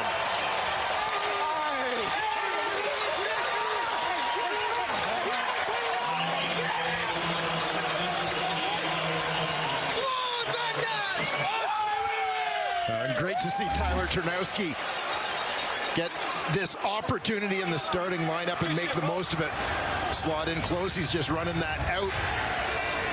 And that time it's Kenny Lawler clearing things out for him, driving the corner off. Turnowski breaks out into that open space. But, you know, this is a guy, you mentioned him doing the dirty work. We've seen him in blitz pickup, blocking for his fellow receivers on hitch screens already tonight, but he had a huge play on special teams last week. The tackle that set up the Julian Hauser fumble recovery for a touchdown. That was a game changer, and Turnowski often working in the shadows, but that time in the spotlight and into the end zone as 88 makes his presence felt here. Levi Mitchell rips it, puts it on, turns, knifes, straight to the end zone. Turnowski touchdown and a 14-point Tiger Cats advantage. A picturesque evening here in Toronto as the Hamilton Tiger Cats controlling the action right now. And Bo Levi Mitchell finding Tyler Turnowski. He's only got a handful of grabs on the season. That just his 4th so far, but his first touchdown, and Bo happy as ever. Oh, Bo has got to be loving the start. No doubt Tyler Turnowski loves the moment. Still wearing his college colors, the former Waterloo Warrior. Highly productive in his time at Waterloo, and a certain Toronto offensive lineman who was highly productive last week in ways that we don't usually see. The secret weapon for the Argonauts, Ryan Hunter. More on him when we return to BMO Field. Friday Night Football is an iconic celebration. Amon-Ra St. Brand of the Detroit Lions. You see there. Oh, get the picture. Perfect. Exactly how he planned it out. Well, Ryan Hunter into the end zone. Massive accomplishment for the big man. Oh, he went for it. Oh! Yeah, slightly different weight distribution. It didn't look exactly the same, but not bad for a 315-pounder. He also said he didn't practice it because he thought it'd be bad juju told you if he was going to, attempt to do that in practice as if he was going to score, because the play was for anywhere. But it ended up in the end zone as Nick Arbuckle, protected by Ryan Hunter, gets it outside to Jean Brissett, popped by Jamal Peters, the former Argonaut, along the sideline there. But what went wrong here for Ryan Hunter, Wayne? What do you reckon? Well, his legs aren't quite straight up, I think, when you look at that. The neck maybe having a little trouble there as well. Other than that, though, other than the neck, everything, and the legs, from the neck to the torso was fine. Yeah. Okay. And solid effort by the big fella, nonetheless. Gotta love the creativity. Perhaps the best celebration we've seen in Ottawa since John Gott from a big man. Yes, I would suggest that John Gott's celebration was more O-line appropriate, more body type appropriate, if you will. I do love the prop comic of Ryan Hunter deciding to go for the skinniest possible human celebration. Yes. Yeah. Arbuckle picks up the first down there with a handoff to Kevin Brown, and Ryan Hunter goes back to work at right tackle this week as we're playing a left guard at various points. Told us this week that he's trying to sort out exactly what the body patterns, the rhythms have to be when he switches positions like that. Is this one off the hands of Kevin Brown, incomplete? It'll be 2nd down and 10. Yeah, interesting having a chat with Ryan Hunter about changing positions, because obviously different spacing, different timing in terms of your pass sets when you talk about just moving from inside to outside along that offensive line, but then you throw in switching sides, right? And to put it in perspective for people, like, you're so patterned in terms of your pass set when you get used to being on a certain side. Like, this is like asking someone to write with their non-dominant hand. It's almost more like switching from your right hand to your left foot than your left hand. As Arbuckle thought about sending it down the field and tries to go and get the first down. Ray Wilborn flies into the 50. It'll be about 4 yards shy of the mark needed. And right around midfield, Toronto doesn't feel like gambling right now. With 5 minutes remaining in this first half, down by 14. And you'll see how things open up here for Nick Arbuckle, leading to the decision. Try and run with the rock.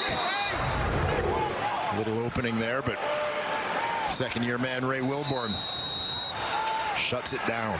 And one of those moments, too, where you see Ryan Dinwiddie said this week as well that he doesn't want Nick to have to extend plays as much as he is. They're just having the pocket collapse a little bit more than they originally had planned with the line group that they have, as Haggerty bombs this one down inside the 5. Isaiah Wooden will put his head down and go get what he can.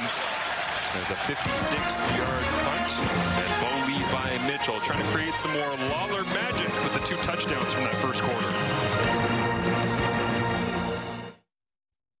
Well, the CFL's all about matchups of the stars. Derek Sluka, Kenny Lawler. Luke Wilson has more on how they've interacted. Luke? You know, Marshall, if you go back to last week, and I know you and Dwayne talked about it, but you talked about Tim White because he was getting a lot of underneath throws. Kenny Lawler was going deep, and the Alouettes were playing Kenny.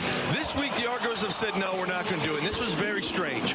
You've got your free safety here. He decides to play the boundary, and then McFadden is outside leverage on Kenny Lawler. Your field half plays down on Tim White, and that's how you get a 79-yard touchdown thrown over your head, because your free safety is basically saying, hey, you're alone over there, and McFadden is still playing outside leverage, so it's a very tough spot for McFadden in. Kenny Lawler is clearly one of the best, if not the best receiver in the league. They're going to take that matchup 10 times out of 10. Yeah, absolutely, Luke. Is that time incomplete with who else? And it looks like Sluka flew over and helped out McFadden that time, as Lawler asking for a little break the trip to the sideline here, so they'll change out personnel package. Yeah, interesting when you look back at that big play at how the Tiger Cats use the field. We talk about the 2 receivers. Yeah, you can see him as he was shaking his hand. Looked like he was waving to the bench, calling for a sub, but I think he was showing them that he had a finger problem. Well, he almost reacted immediately as if it was dislocated, popped out, needed to get it popped back in. But it doesn't look too worse for him. We'll see what they do on the sideline here. He's out for the snap, and Bo Levi Mitchell is brought down.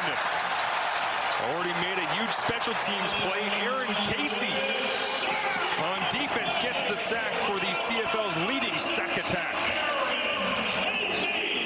And I know the Toronto Argonauts are excited about this young man, Aaron Casey, number 36. Made his Canadian Football League debut last week. He's playing certain situations there.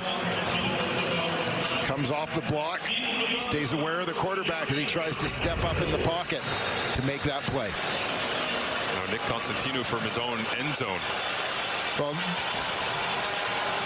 Hamilton finds himself in a tough field position. I think if I were Wooden, I would have let the punt bounce into the end zone. I would have taken my chances on that one. Constantino will kick this one away. Janarian Graham, one of the most dangerous returnmen in the CFL, catches it right at the 55. Trying to get to the field side. They set it up as a field return. Can he get there to the outside? Makes 2 men miss. Now 3. Gets to the wall and stumbles. And after all of that, just a couple of yards on the return, but ran about 50 yards horizontally as we've hit the 3-minute warning here in Toronto. And the Tiger Cats looking for back-to-back wins. Hold on to it, 24-10 right now. Look. You see, I know you saw the angle, but this is a different angle. Did you see this one? Seen the cow 50 times. Saw the cow so many times, look. You talked about this, right? You got to do a coach's playbook on this. You got to do the technique. We know you beat the cow. We know you beat the cow. You got to do a coach's playbook on this.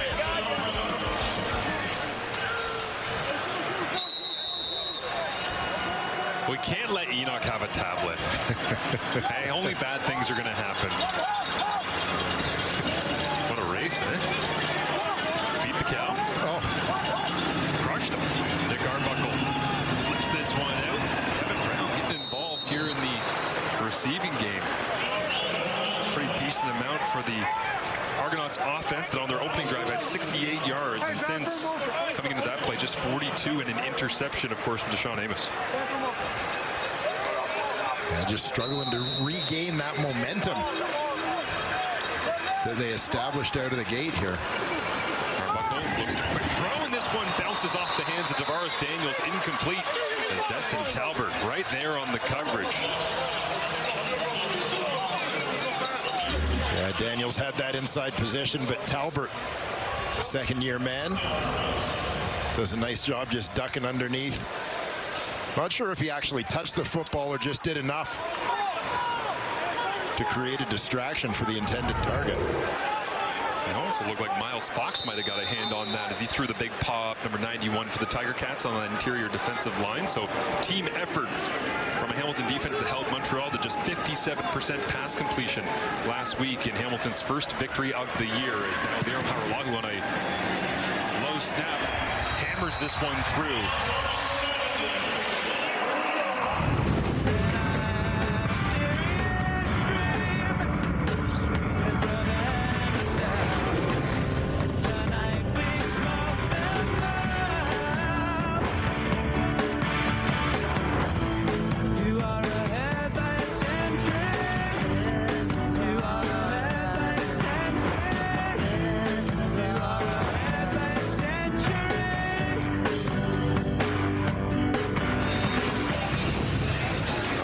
Tragically hit for spicing that one up for us. Ground control to Major Bo.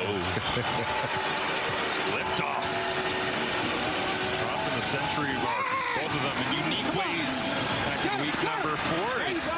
Here in week number 5, Bo Levi Mitchell continues to roll along. Now over 40,000 passing yards in his career. But what a week that was for both of them, going over 100 in different ways. Yeah, I mean, those two guys had their very glamorous hundreds. We mentioned Nick Arbuckle played his 100th game last week. Julian Hauser played his 100th career game last week. So it was all about hitting the triple digits. It's great, but numbers are actually round. Yes. Have those little poetic meanings in behind them. And no better voice, no better poet than Gord Downey to bring that one to life. His short yardage in for the Hamilton Tiger Cats here. Into Leatre, leans to the right. Benji Franklin wraps him up as Bo Levi Mitchell, the fastest ever in Canadian Football League history, to 100 victories. And he's hanging on for a couple of weeks there. You're starting to wonder what's going on here. It's not like he's going to get benched or anything, but beating Ron Lancaster by 6 games. Yeah, just a great start, obviously. You think about the way Bo's career started. in the heyday of the Calgary Stampeders. Some pretty terrific football teams, as he says. Great defenses, great people around them, etc. Also hit 50 career 300-plus passing yards games last week. In that 100th victory, as he gets this one underneath to Keandre Smith. And at this point, Bo well on his way to another 300-yard passing game, as he's already up over 170 here in the first half. Yeah, Kenny Lawler accounting for much of that, but Keandre Smith chipping in with a couple of catches on this drive. He, like Shamar Bridges, still trying to find that new balance with the arrival of Kenny Lawler, drawing so much of the attention. See if they go back to Smith here on the second down. As this one is complete to the touchdown maker. Tyler Turnowski leans his way forward. Scrappy effort once again from Turnowski for the first down. Tyler Turnowski, a guy perhaps known to fans of U Sports football as Trey Ford's favorite target. Rather prolific duo during their time together at Waterloo. Turnowski really getting a larger opportunity here on offense for the Ticats here in his 5th CFL season. It feels like a transition year for him, doesn't it? No longer is he the guy that you throw in for a couple of snaps a game. He's getting real chances in real time. As Greg Bell tries to dance away, great open field tackle right there by who else? Cam Judge. Expect him to make those over and over again. Yeah, Cam Judge, big acquisition for the Toronto Argonauts. Acquired or reacquired from Calgary in exchange for Larin Arimawade, an off-season deal. Judge had been dealt by Toronto to Calgary in exchange for Royce Metier a few years back. Metier now out there in Edmonton as well, so getting a double dose of Alberta in the Canadian Football League. Is Judge back here in the 6th. Flags come up. And Ryan Dinwiddie, frustrated, walking off the sideline. Taking a look at his team as the halftime show coming up. Time count violation. Hamilton, number 19. Penalty is a loss of down. 3rd down. Justin McInnes on the call there, but it will be Kate and the crew back in studio, breaking it down for you. Looking around as Enoch. I do have a question after watching Enoch race the world's fastest cow last night. Is this the original world's fastest cow, or is this a new world's fastest cow? Because I felt that this was not the same cow that I've seen run in the past. This cow did not seem as fast, taking nothing away from Enoch's victory. We need real world journalism. That's what we need right now. We need people to dig in Calgary and get the answers that the people deserve. Yeah. Constantino flips the football backwards. Ozzie drops it. Engineering Grant. Nice little jump cut. Nets him an extra couple of yards after a 40-yard punt. With 18 seconds left. And the time count there going against the Hamilton Tiger Cats, losing the down, having to send it away, but Nick Arbuckle deep in his own end here, nearing the 100-yard mark. But that interception looms large to Deshaun Amos because it went the other way to Kenny Lawler on a touchdown the very next play. And in bigger news, I have received a message from Paul LaPolice in studio, who emphatically states, not the same cow. We already have reporting? We have reporting. Lapo again raining on Enoch's parade after keeping him from playing as a rookie back in 2011 as the #1 overall pick in the CFL draft. Aloof, I believe, is the term that Luke used. Yes. Arbuckle brings it out. Tavares Daniels, jump cut, dances away, flag comes up. And Moxie believes that he got held. Tavares Daniels picked up by Tyler Turnowski on the Hamilton sideline.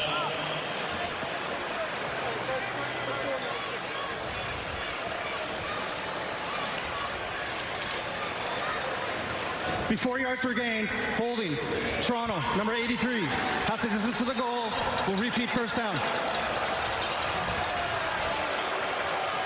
A tough one for David Unger out there trying to get things blocked up for his fellow receiver.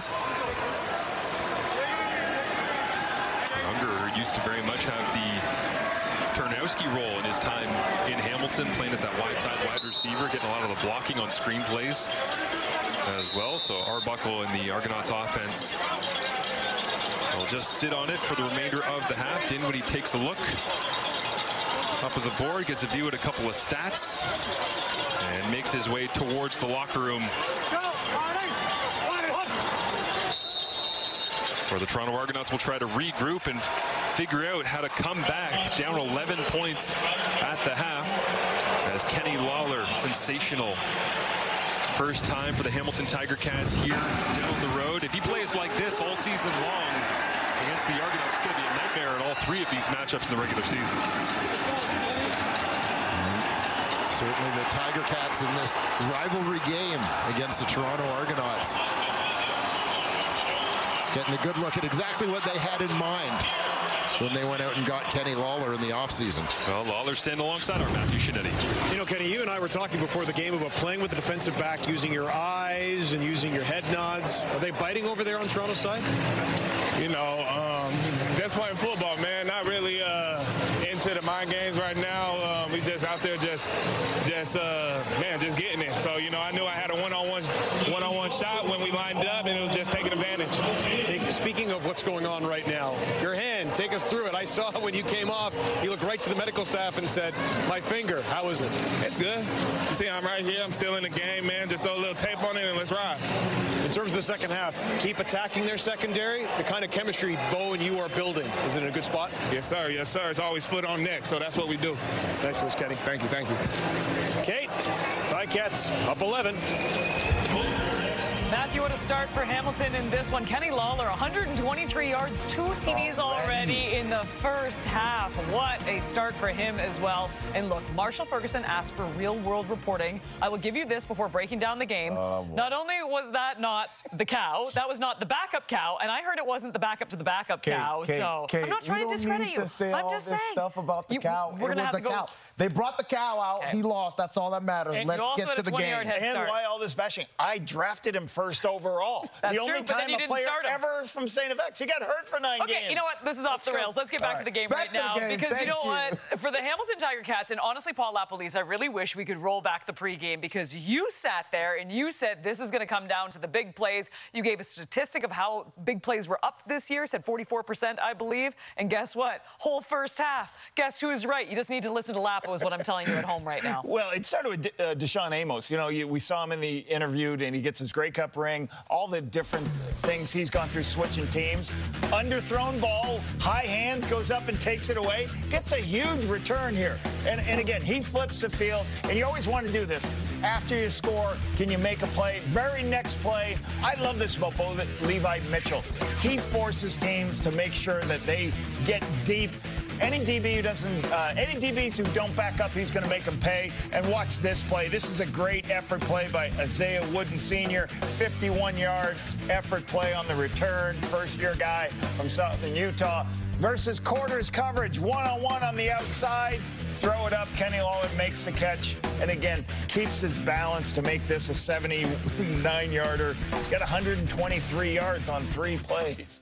And the difference is why big plays are so important in our league with only 3 downs. Either you're 5 times more likely to score a touchdown when you have an explosive play. Either the play itself, as we saw twice, or you just put yourself in a position where you're close to touchdown area, Kate. So just an amazing first half. And you know what was cool, too? The thing we touched on in pregame was, of course, Devin Verisak and the incredible game he had a week ago, his first start in the CFL. And I was thinking to myself, too, that's a lot of pressure, a lot of media attention, too. Now everyone knows. You got your family in attendance.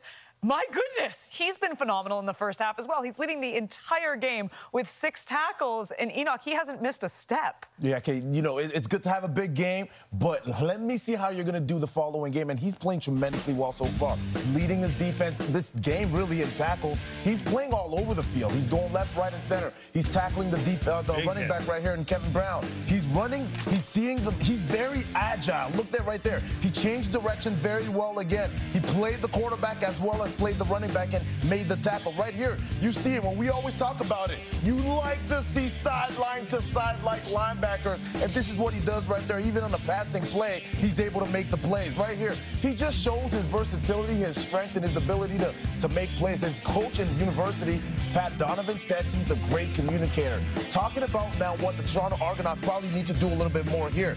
Brian did what he does this quite a bit sometimes. He hands the ball off to Kevin Matau, and he got blocked. He's got two blockers in front of him, changes direction, has great vision. I like this young man right here, and I think he needs to get involved a little bit more in this offense for them to get things going. Yes, you got the Monte Coxie. Yes, you got the Varys Daniels, and you got other guys that can make the big plays. But you don't want to go big play for big play against Bo Levi Mitchell and Kenny Lawler in this game if you want to fight these guys. By the way, you went from Verisok right into Mytel with seamlessly. Loved it. I mean, did you fly in from Calgary this morning? Hey, two good young players, man. Great young players. But you have been talking about Mytel for so long at this point. I remember when we saw him in Montreal and I just looked at the size of him and I'm like, oh my goodness, but he can run and cut. He's deceptively fast. He's strong. Again, I think that I would use him more. He's going to continue to get a bigger role on this team, but he's doing a great job. You guys are geniuses. I work with a couple of geniuses. Can he beat a cow? I don't know if he can beat a cow, though. Locked in, you know we're never gonna quit. Keep on the shot, it's all we've got. Stay in the game, pushing forward. It's not over till it's over. Just one more shot, give it all you got. Keep in the game, pushing forward. It's not over till it's over. Fantastic news for the BC Lions. Nathan Rourke will start this Saturday when the Lions take on the Alouettes. Rourke has missed the last two games due to an oblique injury. With the Lions losing both those games, the former most outstanding Canadian has thrown for 573 yards, 4 touchdowns, while also adding 112 yards on the ground in 2 starts so far this season.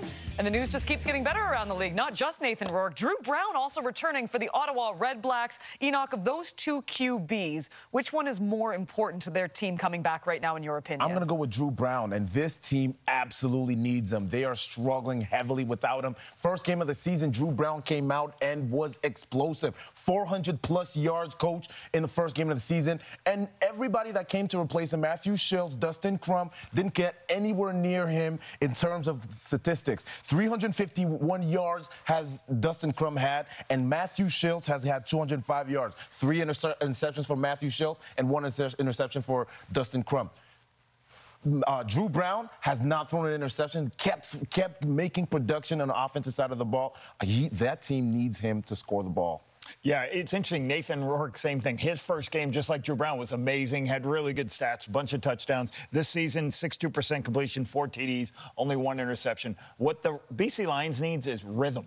They did not have rhythm since he's stepped out of the lineup, so I think they need rhythm. They're facing Montreal. That's going to show a bunch of different pictures to the quarterback. He's got to be able to get the ball out of his hands quickly and put them in position to win the game. I think it's a 50-50 split. I think both teams need them. And you know what? This game should be great. It is BC taking on the Montreal Alouettes in Montreal. You can see it Saturday, 7 Eastern, 4 Pacific. And we promise this is the last time you will ever see this. We are contractually obligated to show it one more time. I'm faster than Milk there. 20-yard No, you are not faster than Milk. Siegel, don't win early. All right, now I'm really going to train for this. Milk, did you hear that? I'm really going to train for it.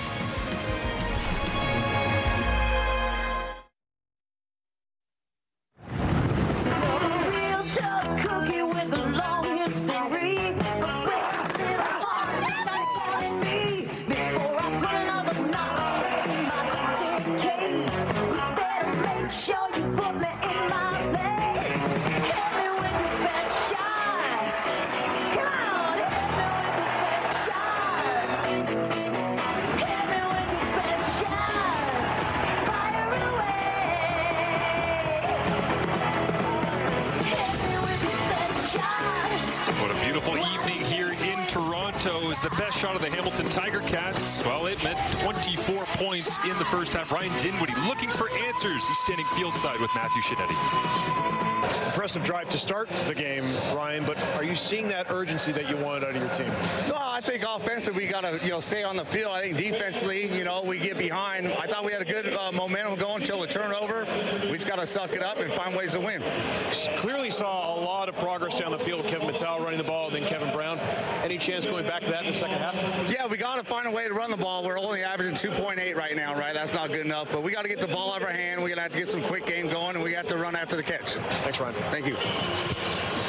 For the Toronto Argonauts, twice in their first 4 games of the season, they allowed 0 points in the first quarter. Obviously, that is not how this one began. A different texture to this game, but unfortunately for them, following a similar script, being down here early on in the second half is Liram Hajrullahu gets it underway. Toronto took the football to begin the football game. Hamilton will get the football here to open things up in the third quarter as Isaiah Wooden tiptoes his way down the sideline and steps out of bounds as Bo Levi Mitchell in a first half that included plenty of Kenny Lawler on the other end. Well, that's the big connection, certainly, that the Tiger Cats were looking for, but everybody seemed to be involved in the offense in the opening 30 minutes of this ball game, and I think that's a big key for the Hamilton Tiger Cats.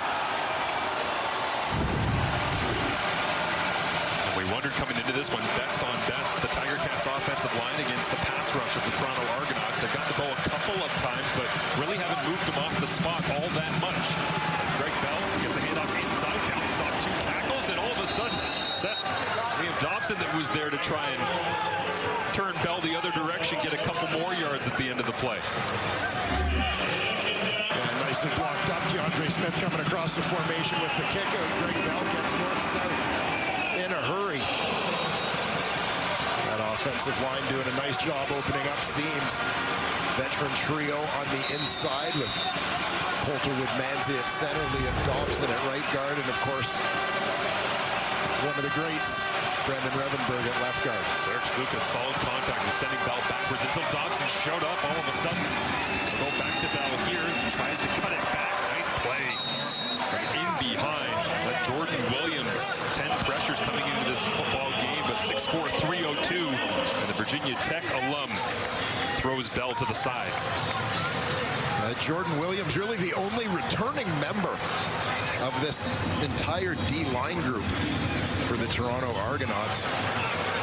Much said about the mass defection to Edmonton in the offseason. We mentioned Arunawade traded back to Calgary.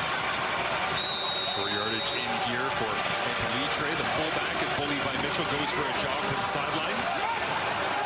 And first down, it looks like for him. They got to throw it to Bo at some point, right? Keep him honest. I suspect it won't be Bo at quarterback if they start having Ante pull the ball and throw it.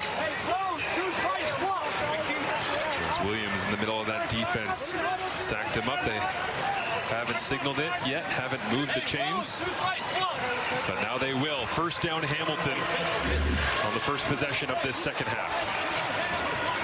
We saw Anthony Lanier over from Saskatchewan in the offseason, leading the surge of that Argonaut defensive line. Heat-seeking missile came out of his stance, 91. Mitchell with Giovanni Robinson and Anthony Leatre in. The 2 tight ends set Scott Milanovic loves to use. Mitchell communicating to his 3 receivers. It's DeAndre Smith, Tim White, and at the bottom of your screen, Kenny Lawler. Handed off. Greg Bell trying to slash his way between the tackles, but that interior again, Jordan Williams and Anthony Lanier doing the job. Well, this Toronto Argonaut defense. Kevin Ivan, you saw him there talking to his partner in crime and running that D, Jason Shivers. Those guys are into it on the sideline, intense as ever. The entire staff is, working next to Ryan Dinwiddie.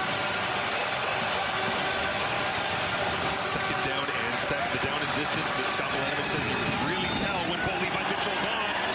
And that qualifies. First down, Tim White on the other end.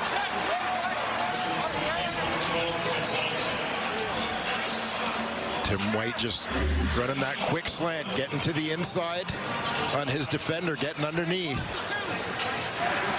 Just taking that quick hitter before Mark Milton can get down. The DB sitting off.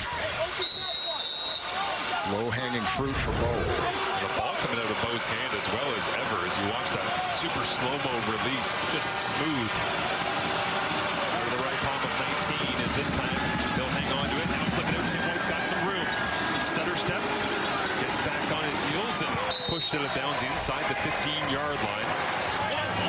Spot on just outside the 12, so deep in the score zone here where Bo Levi Mitchell coming into this game. 8 of 9, 4 touchdowns, no interceptions. So you see Tim White working from the backfield. He's going to get across the formation. And just with that late motion, it makes him so hard to track, regardless of the coverage. Counting for a guy switching sides of the formation late in the cadence. Sean Blackburn in a bad spot there, and Isaac D'Arcangelo had to hustle his way out from middle linebacker. Blitz is on here for the Argonauts. Quick turn, and Lawler makes his way down to the 5-yard line. He's looking for the end zone for the 3rd time already in this ball game. You can just feel how the Tiger Cat offense has the Argo D a little bit off balance right now.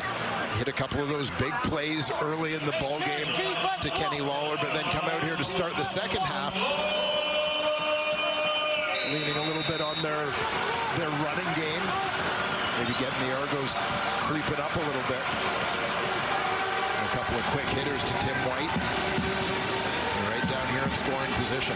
Extra offensive lineman is playing fullback there. Nate Dugan, number 61. They'll hand it off. Go towards the strong side. Right. Bell runs into a pile of Tiger Cats. Reached out. And the ball popped loose. And they'll say down at the 1-yard line. The field is down by contact.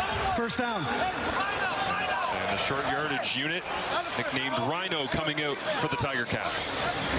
Yeah, it seemed pretty clear that as Bell fell to the turf, it was on his landing that ball popped loose. He's trying to reach for that goal line, but D'Arcangelo and Milton had him tied up. You can tell he wanted that one. 9th play of the drive coming here. Down deep in Toronto territory. Mitchell sprints out to his right. Receiver falls down. But only has one option. Off the hands. Into the end zone. Touchdown. Brendan O'Leary Orange, but there's a flag down.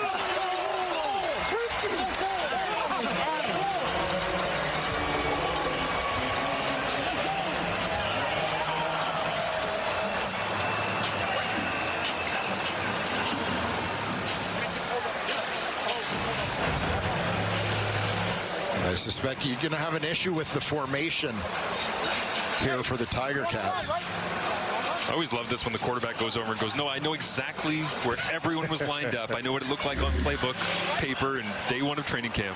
So here you can see in the box, 5 on the line there, Procedure, 6 inside. No end. Hamilton, 5-yard penalty, remains first down.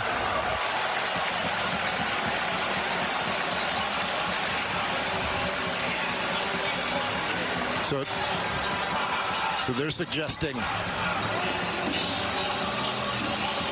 no end. Yeah, so he was on the line. Inside, yeah. The other 2 receivers must have been off. Yeah, just out of the picture. Well, interesting being down here in Bo Levi Mitchell throwing, as I actually asked him, I said, why would we get inside the 5? We decide to just play rugby all the time. Why can't we just throw it? Everybody's giving you man coverage anyways. He said, yeah, whenever I see, Scott Milanovich throw up the 5 fingers saying 5 receivers, that's what I love when he has confidence in me being able to play normal offense down here inside the 10-yard line. We'll see what they do with Bo. Looks to hand it off right now, cuts it back, finds the end zone, and Hamilton extends their lead.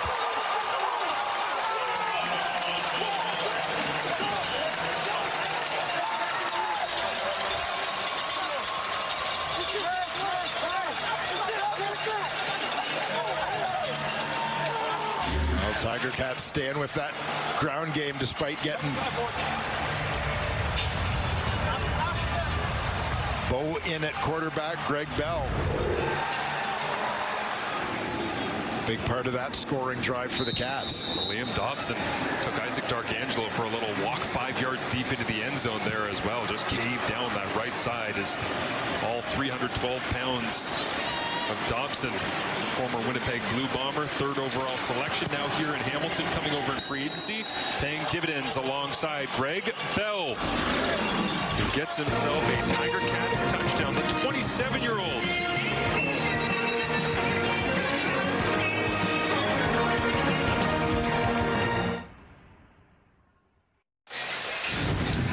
The Hamilton Tiger Cats into the end zone. Greg Bell punctuates it at the end, cutting back, but just gashing right now up the middle of that defense, whether it be on the ground or through the air.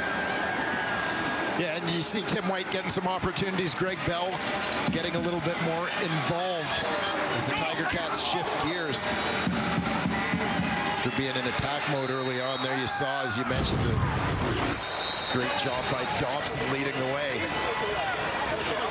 Bell gets the touchdown. It looked like when he got tackled at the 1-yard line, it was going to be someone else's major and short yardage, but Bell ultimately gets the... Well, Toronto trying to mix things up here. They get Janarian Grant, a little reverse on the return down the sideline, get a block, and Janarian Grant, magic in 2024, and brings BMO Field to its feet. Fire the cannons!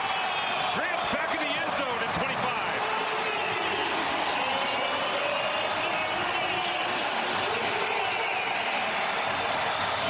He would have beaten the real cow. It wasn't necessarily the smoothest exchange on the reverse here. To me, it looked a little telegraphed, but the Tiger Cats had been sucked in just enough to allow the speed of Janarian Grant to take over.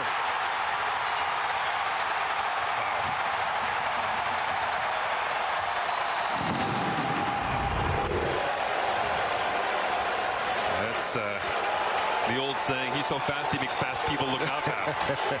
That was Destin Talbert that was trying to track him down at the end, and Janarian Grant just opened up. And it reminds you, the man they call JG is elite as they go for 2 here.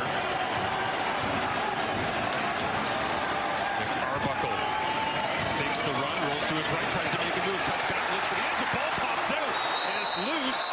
Arbuckle took a pretty good shot there, but sloppy on the 2-point conversion attempt. And so Janarian Grant's touchdown will only go for 6.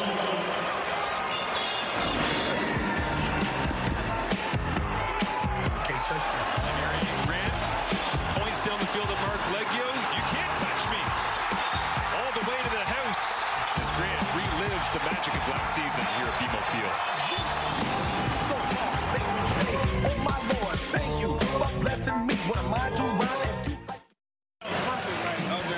Janarian Grant, one of the more special returners in the Canadian Football League.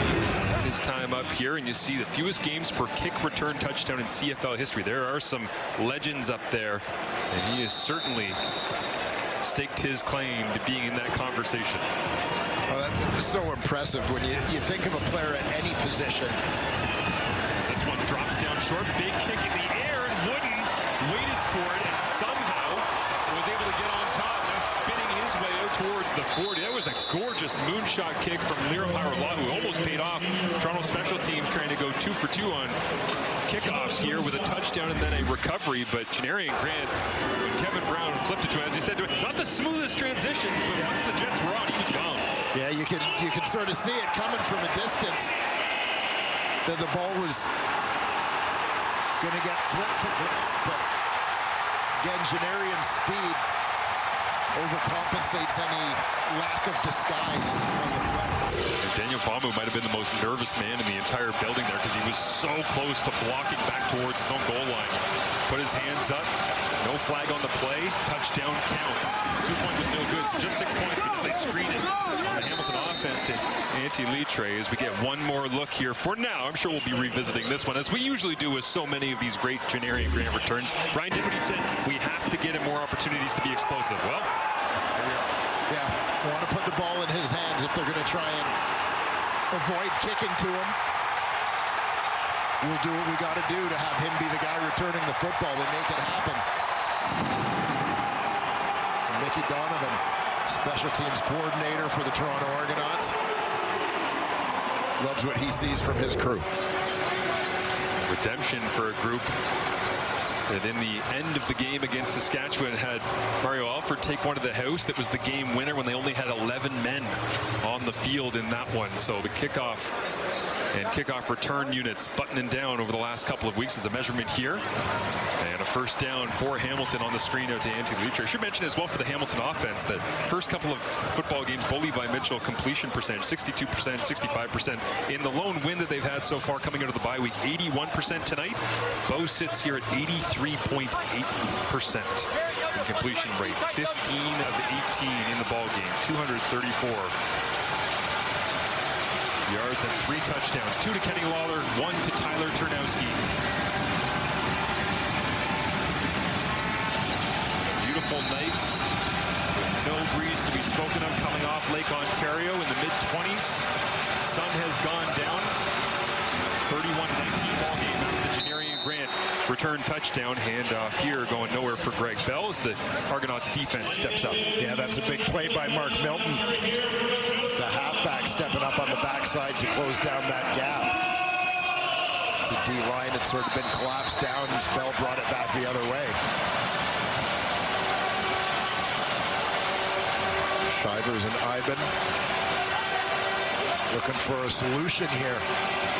An answer to this Hamilton Tiger Cats offense. 5 wide for Bo. It's a 4-man rush. He goes to Jamar Bridges, and that one almost intercepted Tavares McFadden. And visions of tagging on a defensive touchdown to go with Grant's special team major. Well, we've seen the veteran mindset of Tavares McFadden, the field corner here. Just his anticipation and playing on that field side. The ball takes a little bit longer to get there sometimes, and you've got that quick reaction time, as McFadden does. Got a great opportunity to make some plays. Monster move here from Constantino as the Aussie kicks this one out of bounds. Oh my goodness. Right there. A 58-yard punt that could not have taken a more exact bounce out of bounds. The Tiger Cats lose possession because of this tremendous play by Tavares McFadden, but pin the Argonauts deep.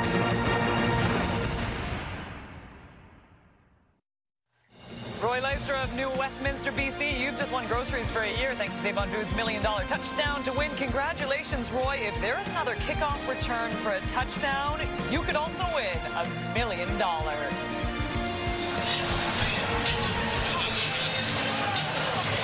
That man right there gives away as much free food as anyone I have ever met. Janarian Grant. He loves him some free groceries. Man of the people. Yeah. Argonauts need a big drive here. Whistles and a flag comes out to begin, and that'll slow the momentum before it ever got going. Procedure, Toronto, number 51. Ball will be scrimmage from the 1-yard line. Be first down, repeated. Well, Brother Ryan, didn't what he say right off the top of our conversation with him? Simple stuff. Execution. Mental errors. Yeah, tough spot here. Can't blame anyone, as I think any returner would have let that ball bounce, hoping it would go into the end zone. Constantino got a fantastic lateral hop there. Get that one. Hard count from Nick Arbuckle, trying to gain some free space as he gets rid of the football, trying to rush it away that time. Felt the pressure coming, didn't want to give up the safety, but it's incomplete. And so 2nd down and 10 from his own 1. And in this situation, can't help but think back to last week when it was Tyler Turnowski with the big special teams tackle that pinned Montreal in a very similar situation. And a mishandled snap led to a Julian Hauser fumble recovery touchdown in the end zone. So no doubt that Ticat defensive line is licking their chops, especially with this 2nd and long. I know Jamal Peters, the former Argo, is standing there on the side of the field that's open away from the uprights, just salivating, hoping that they try to throw in his area as they go underneath, and Peters drives on the football. Going nowhere, so deep in their own end. It's a quick play, and immediately Hamilton will get possession back. And watch the eyes of Jamal Peters on this play, because he's just looking inside the whole way. Coxie goes by, he sees the back release, and gets a great jump on it. Gotta love too early in that clip how he's crouched down, just going, how small can I be to try and hide before I can find an opening here and go make the play.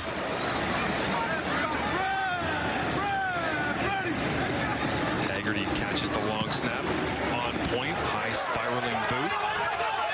And that one, you hear the entire Hamilton bench, let it go. So you factor in the sequence here. The Constantino punch kicks out of bounds at the 1. Haggerty going the other way. Can't believe a legal kick out of bounds, and Hamilton is cooking. 31-19 they lead.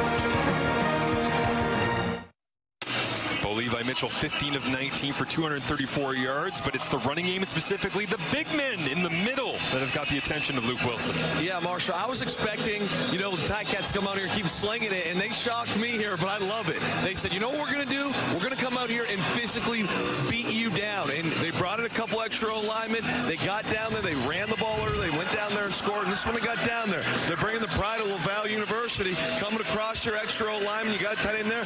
Whack 'em, boom. Big hit there. We get down to the 1. You take a penalty later. I'm thinking, hey, we're going to throw this ball here. Watch this double team here by your right guard and right tackle. We get great movement, and you got to give props to Bello. He presses, boom, puts his foot in the ground, knows exactly what's going. Dobson gets up to the linebacker. That's great football inside. And if this O-line, you got to give them their flowers. Keep playing this tough. This game's going to be very, very tough for Toronto to come back. For a team that's running a bunch of tight ends, I thought that's where Luke was going. The rare CFL tight ends lining up here. Giovanni Robinson back in the ball game once again, but yeah, great points on some of the physicality early on in this second half for the Tiger Cats up front as Mitchell now goes back to Lawler, looking over the top, back shoulder, magnificent from Lawler into the end zone for his 3rd.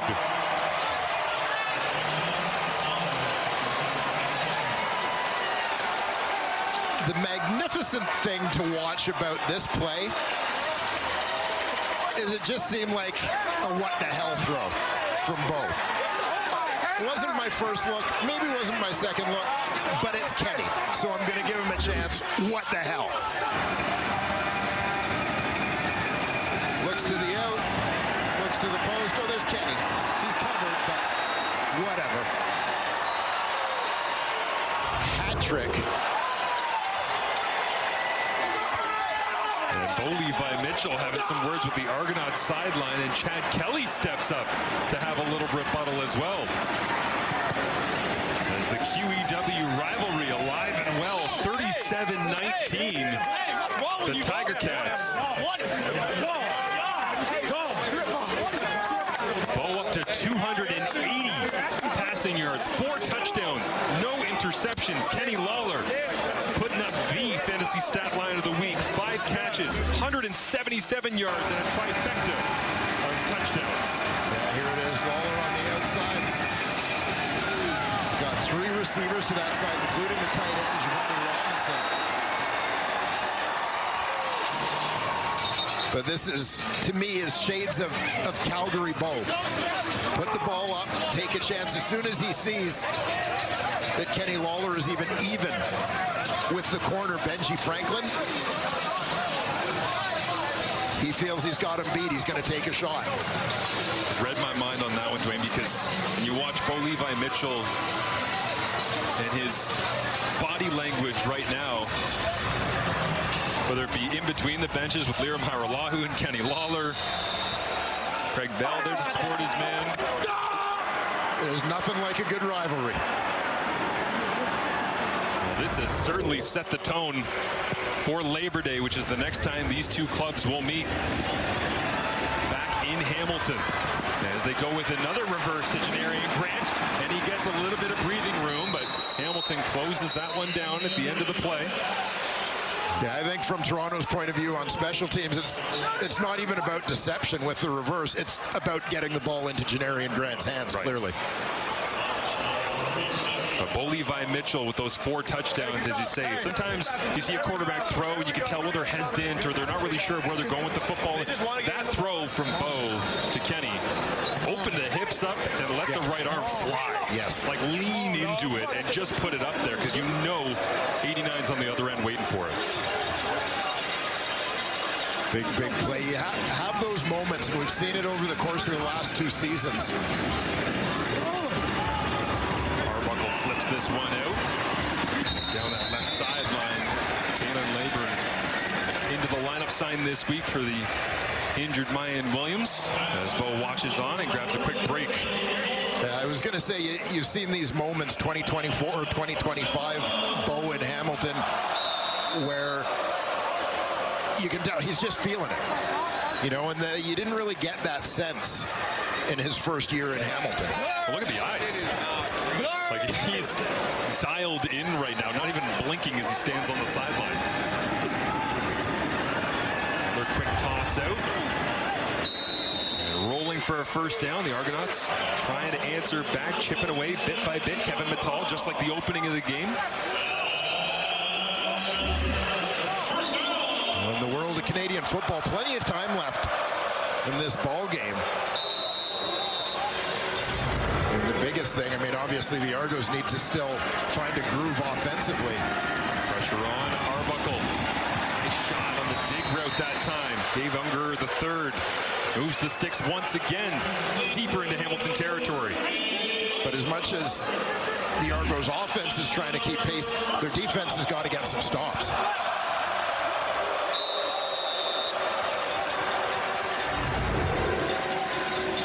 Well, with Bo Levi to Kenny Lawler, how it's felt tonight. Very reminiscent of Chad Kelly to Demonte Coxie against the Ottawa Redblacks in the East Semi last year. Just bombs away. How do you stop it? And you force the other team like Toronto here to, like Ottawa was in that playoff game that you called, Dwayne, trying to chip your way back into the game. And then you get the ball back and you go, well, if they can answer in one punch, yeah, right, how are we supposed to climb back into this? Yeah, you have to work so hard for everything you get. There is Chad Kelly watching on the sideline, earpiece in, still recovering from that broken leg suffered in the East Final last year in Montreal, as Arbuckle went on to lead the Argonauts to the Grey Cup, and he wins the Grey Cup MVP. Kelly close. We'll see when he gets back into the lineup. As Arbuckle at the controls for now, looks over the middle, nice little sidearm delivery that time. Tavares Daniels spinning away from 2 tacklers. Gets it all the way down to the 15-yard line. Well, this is a nice job by Nick Arbuckle to extend this play. Pocket closing in on him a little bit. Protects that football as he manages the pocket, steps up. Finds the veteran Tavares Daniels for a nice game. Arbuckle putting together a real nice drive right now as he rips this one short underneath. Caught bouncing off tacklers. Hard to bring down Kevin Mittal. As you can see, Tywon Garbett right there, back onto his feet. And Wilborn as well in on the play. You consider in the last couple of weeks, you know, it was Sluka's 2 touchdowns last week, the missed field goal return and the fumble recovery return. Janari and Grant chipping in with a touchdown. Looking for the Argo offense to do their part here as they are pressing. 3-pack to the left of Arbuckle. He looked that direction, then he has to get off of it again. Feeding to his right into the end zone. And Demonte Coxie. What an answer from the Kenny Lawler touchdown, Toronto. Slips their way back into the end zone, into the hands of Demonte Coxie, who admires the work of Kenny Lawler, I'm sure, watching from the sideline, and gets his own trip to the end zone.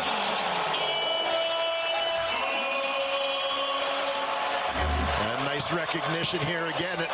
Arbuckle doing a nice job navigating the pocket. He gets pressure from Verasuk off the edge. Rolls to his right to buy time. Coxie just working back to a spot to give his quarterback a target. How about Nick Arbuckle? Backed up. Not a ton of confidence, not a ton of rhythm. Makes a couple of throws on the run, starts maneuvering the pocket, looking down the field, throwing accurately, and the Toronto Argonauts refusing to go away in this highly entertaining Week 5 Friday night football matchup as Bo Levi Mitchell turning back the clock, and Toronto trying to keep pace as we head to the 4th.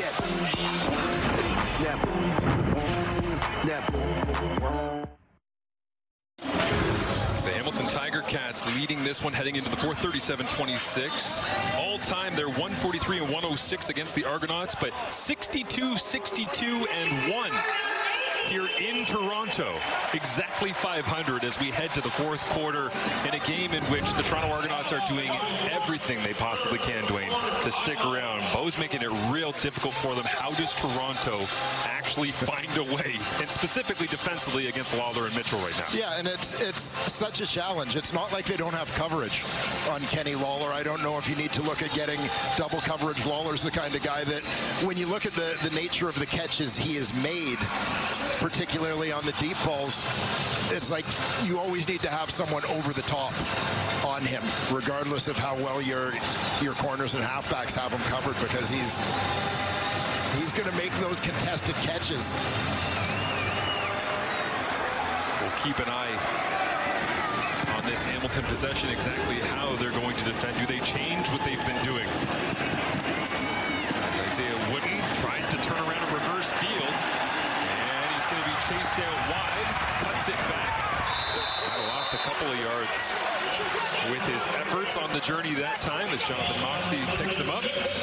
Quentin Dennis likes it on the Toronto Argonauts sideline, and everybody in double blue loves this. See DeMonte Coxey back in the end zone at home. Yeah, and again, a lot of credit to Nick Arbuckle. Such an important skill for a quarterback in the Canadian Football League, to be able to extend plays, to use their legs when things start breaking down. Nick Arbuckle did it very effectively a couple of times on that drive.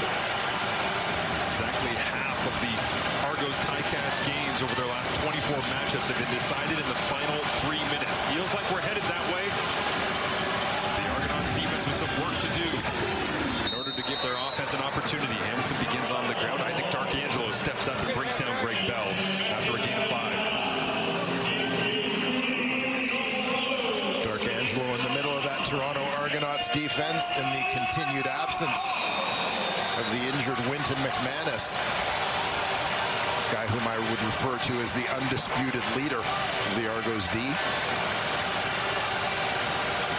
Kenny Lawler and Tim White at the bottom of your screen stacked together. Benji Franklin, Mark Melton over there as well. Bo looks the other direction. In breaking route, incomplete. Flag comes out. This looks like it was the field judge on the backside, Brian Kuplo. He called the contact. Pass interference, Toronto, number 2. Spot of the foul, first down. No challenges so far in this ball game, and Ryan Dinwiddie eyeing this one up. Yeah, they got the running back outside here. You'll see as he tries to come back to the football, working back towards the line of scrimmage a little bit as that ball is coming. Penalty will be 10 yards because the foul was less than 10. 10 yards.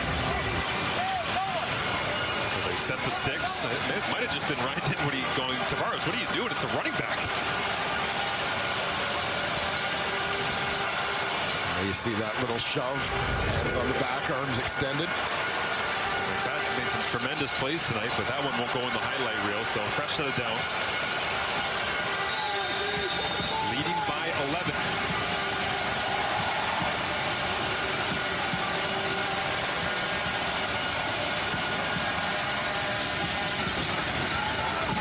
Hands it off.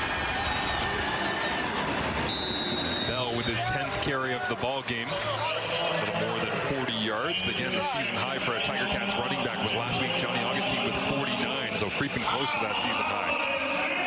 Yeah, and I don't think the Hamilton Tiger Cats offensively are thinking in terms of taking their foot off the gas by any stretch when you look at them going to the run game a little bit, but all part of that, you never know what's coming next. Mix of play calling that they've had in this ball game that's been so effective.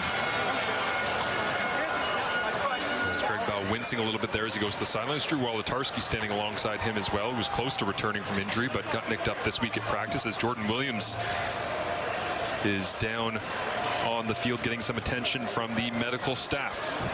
As the CFL returns tomorrow, as the BC Lions take on the Montreal Alouettes. Nathan Rourke back in the lineup. Great to see Nathan healthy and returning to action. You can catch it all 7 Eastern, 4 Pacific on TSN and CTV. As the only sack that happened last week of Bo Levi Mitchell was that man, Marc-Antoine Dequoy, on the free safety blitz. Yes. Coming downhill. They couldn't get after Bo with this Hamilton offensive line without having to bring the free safety, but that was the one they gave up. Just 3 sacks in 3 weeks coming into tonight for the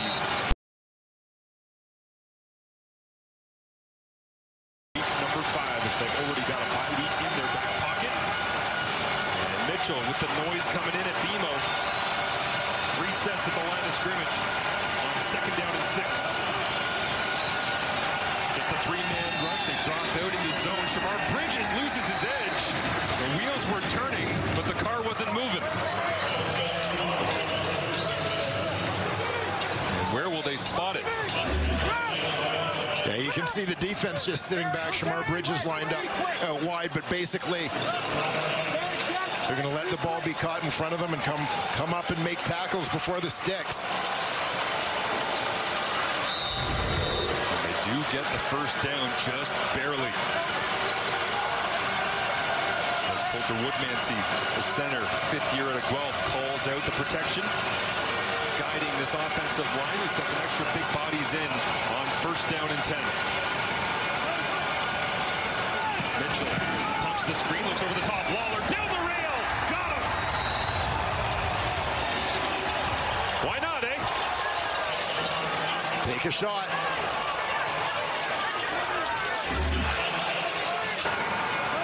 And you just see the timing here. Understanding of time and space between quarterback and receiver. To hit Kenny Lawler on the outside, bottom of your screen. In stride here. Lawler gets a great release on the play to get in behind Franklin. His 3rd career 200-yard game, 207 yards now. His previous season high, 162. And the only receiver to go over 100 yards for the Tiger Cats so far this year. Now he's doubled it up, and Johnny Augustine rumbles his way, following up a great performance last week against Montreal. For a second, thought he might be in the end zone, but Hamilton's offense all of a sudden unrelenting. Yeah, we talked last week about Johnny Augustine being a little bit of a catalyst for the Hamilton Tiger Cats offense. He had one drive in particular in the 2nd quarter of that ball game where he was the story, both running the football, catching it out of the backfield, a couple of big plays that set up a Tiger Cat score. It seems like every time the ball's in his hands, good things are happening. Running angry and frustrated. He didn't get his first touchdown of the season right there for Augustine. 1st and 10. Mitchell crossing routes in front of him, nobody to go to, and Bo steps up in the pocket and rips this one. Keandre Smith pays the price along that sideline. Benji Franklin right there in coverage. And Mitchell with 2nd and 10. We'll see Shamar Bridges and Tyler Turnowski check back into the ball game here for Giovanni Robinson and Ante Litre. So out go the tight ends. And after bending a little bit, the Argo defense trying desperately not to break here, trying to give their offense a chance to claw back into this one, looking to get that much-needed stop that we've talked about. We asked this week, hey, how do you like Tim White and Kenny Lawler, together or apart? What's better? Both said, I don't care. We play everybody everywhere. Well, this time they're split. White goes to the field, Lawler to the boundary, Bo looks over the middle, hanging in the air, Keandre Smith, touchdown Argonauts, or Tiger Cats, sorry. What a grab by Keandre Smith. And Bo turns right to the Argos sideline and points to his ear.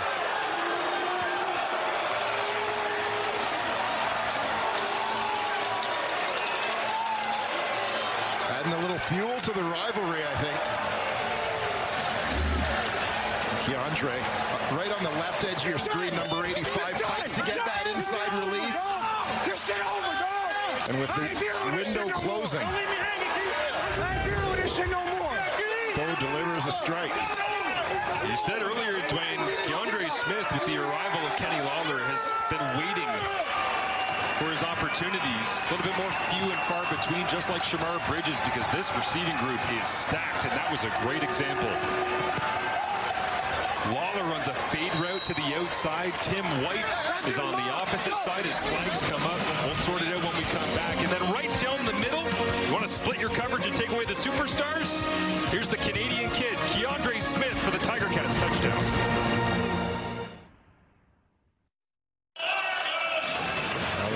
Tiger Cats just keep coming. Keandre Smith this time, he's lined up in the slot, and you'll notice we talked about trying to deal with Kenny Lawler. Deep defender is just drifting to the outside, which is going to give Keandre Smith the middle of the field to work with, and he was bound and determined. You just had a sense watching him run that route that he knew he's the primary on that one, competing, fighting to get inside position on Mark Milton.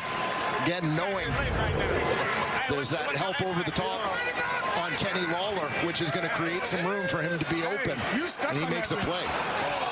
And to be fair to Mark Milton, that was tremendous coverage underneath as well. Like, he was glued and made the window as tight as possible. Derek Sluka coming over from free safety right there on the spot as well, but Bo Levi just in another world here tonight as he rifled that one in as tight as he possibly could. It's his 51st 300-plus passing yard game and his third career 5-touchdown game.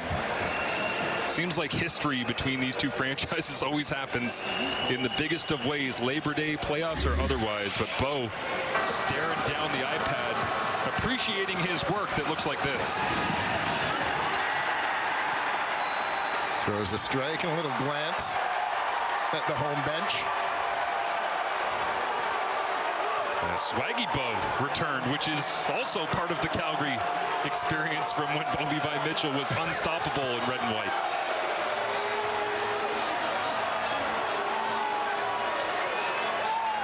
Do we have to wait till Labor Day? It seems like a long time, doesn't it? Man, love the temperature of this game. Scoring, the excitement, special teams, touchdowns, interceptions, great quality long drives. This has been a barn burner between these two.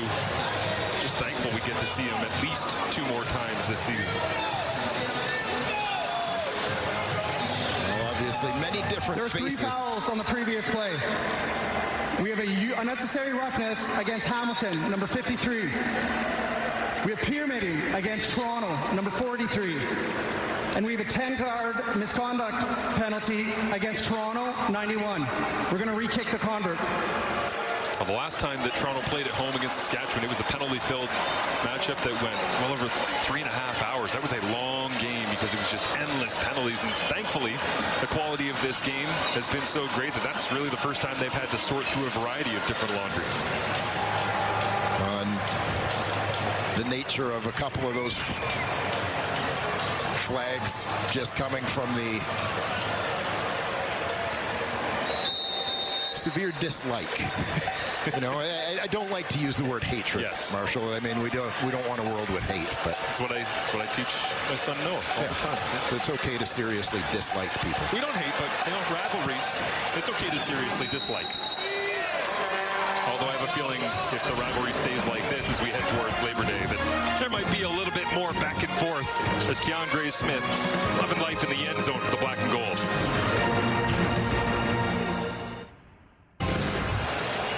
Fantastic time of year for sport as Formula One at Silverstone, Wimbledon getting going, UEFA Women's, and of course, right here in Canada, coast to coast, tremendous Canadian football action as Mark Leggio sends this one away.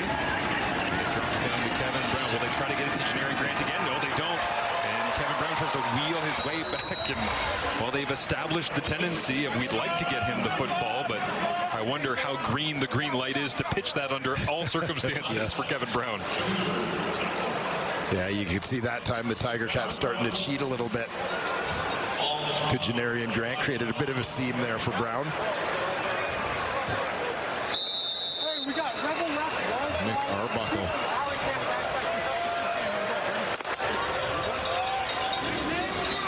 Maybe feeling a little bit like a rat on a wheel in this game. Just keep churning and churning, but not getting any closer. Doing everything he can on that last possession. Now he gets hit from behind as he throws this one up into double coverage. It's up for grabs, and it falls down to the turf as Tavares Daniels loses his helmet.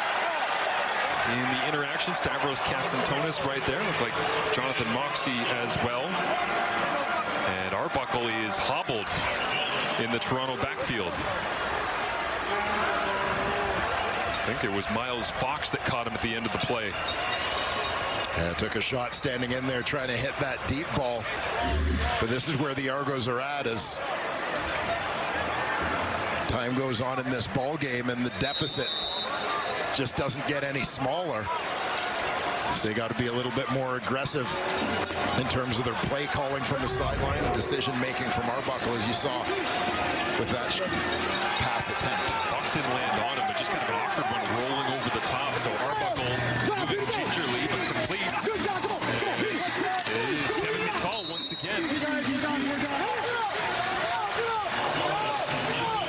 With 100% completion rate, 6 targets, 6 catches once again here tonight. Yeah, we don't spend a lot of time talking about yards after contact amongst receivers, but I suspect Kevin Mittal might be, by season's end, amongst the league leaders in that category. Whole different kind of yak yards. As an injured Hamilton Tiger Cat is down on the field. Jamal Peters was the first Tiger Cat to make contact with Mittal.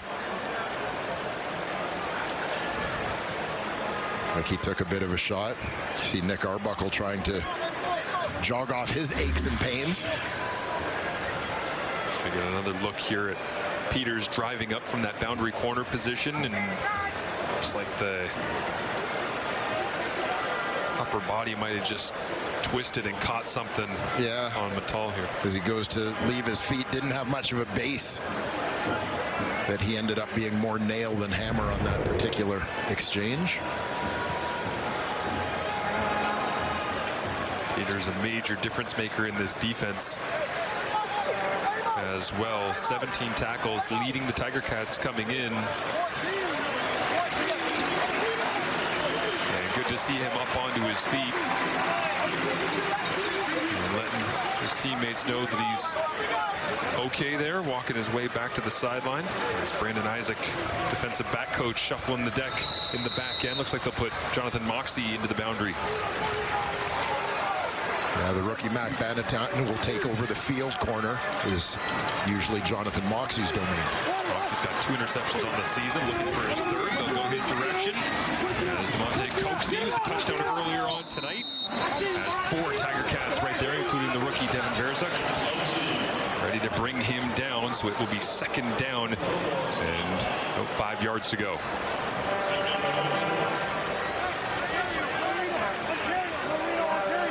Verzuk continuing to be a very noticeable piece in this Hamilton Tiger Cat defense. 5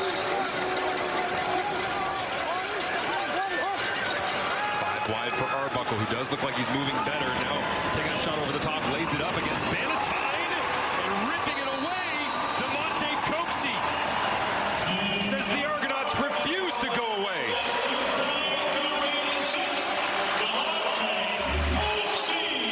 And this is baptism by fire for Mac Bannatyne. We talked about Kenny Lawler as a contested catch by Coxey. Amongst the best in the league in that regard as well. 15 pounds and 4 inches height down on Demonte Coxey is stretching to the end zone. Deshaun Brissett wanted that one badly. Brandon Dozier hanging on for dear life as Coxey always manufacturing tremendous highlight grabs. This one he had a clear advantage over the top of Bannatyne. And you saw him sort of run up on the defender a little bit, creating just a little bit of space for himself to make that big play.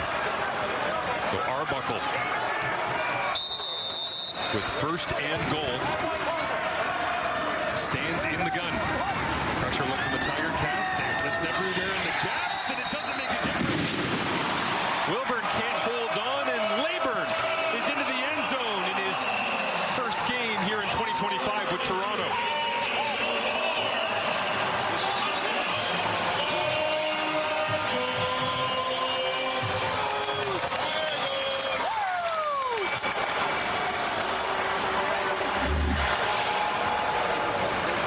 And Kalen Leyburn getting an opportunity to spell Kevin Brown in the backfield here. Punches that one in. Leyburn was in camp with the Argos last year, had been on Edmonton's practice roster the year before. Toronto goes for 2 as Arbuckle hard counts. Tiger Cats showed as though they were going to send the house. And a flag comes up before the snap.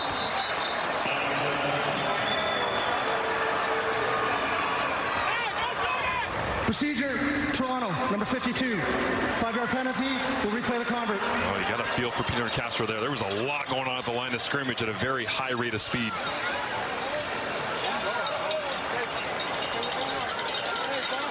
Working their way through the signals, the hard count, the reset, moving the protection. And the Castro bumps them back.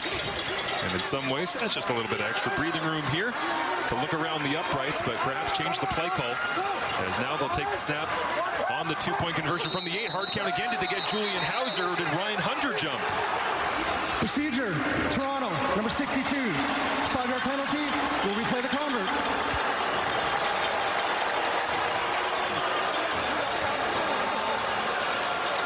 So back-to-back penalties for the offensive line. That was the focal point of Ryan Dinwiddie's frustration coming into this ballgame. Yeah, and this part of the field, oddly enough, I am sometimes not convinced as how much of a disadvantage it is to actually give yourself a little bit more space. And you have to go for 2 once you've declared. Yeah, can't go back and decide to kick it as you get moved back. Well, Hamilton's going to sit back now and play zone as looking up over the top and just giving a jump ball to Coxie, but this one uncatchable. And so 2 penalties and essentially a throwaway that time. But it doesn't change the fact that the Argonauts battling their way back in, down by 12 at this point. After the former Marshall Thundering Herd star, Kalen Leyburn, into the end zone for Toronto. At BMO Field is Bo Levi Mitchell, ready to take the field with now a 12-point Tiger Cats advantage, 44-32.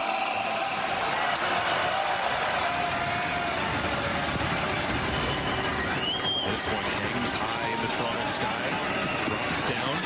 Wooden catches it at the 24, has a little breathing room, gets to the outside, has the angle. Does he have the speed to beat everybody? Liram Hairo'Oahu's not going to touch him. No flags down. Shot for shot. The Ticats and Argos go back and forth.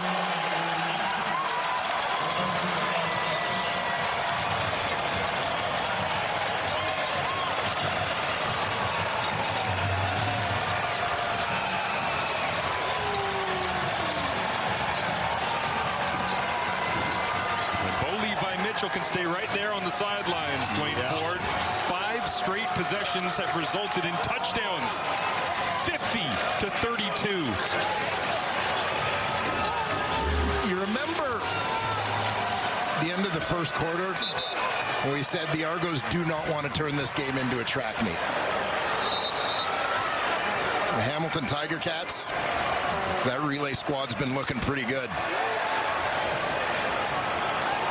Flag came down after the score. I wonder if there might have been some taunting between the benches here, but it won't change the fact that Wooden immediately just hit the wall, put the foot down on the gas, and was gone.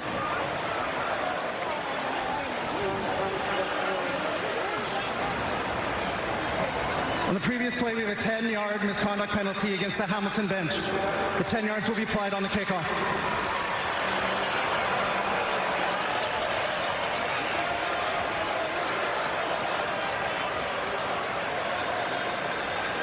You know, there are times as a coach where you hate those kind of penalties.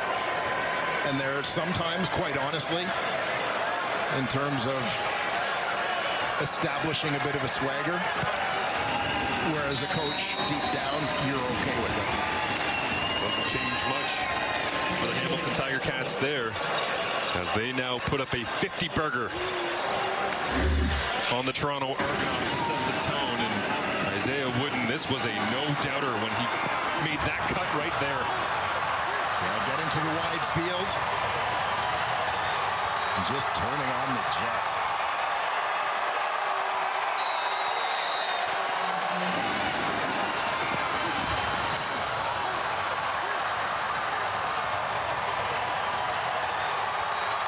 despite the fact that Hamilton has a sizable advantage at this point after the wooden touchdown. Levi Mitchell loves a little bit of return game help and a chance to stay on the sideline after he's been grinding away. An early candidate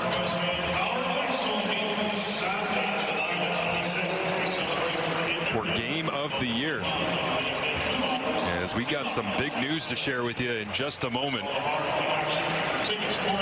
First, we got to see what Janarian Grant can do.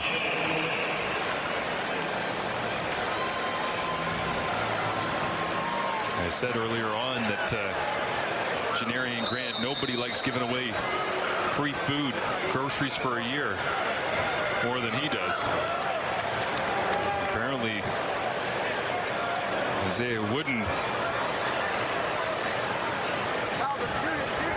wants to give away even more.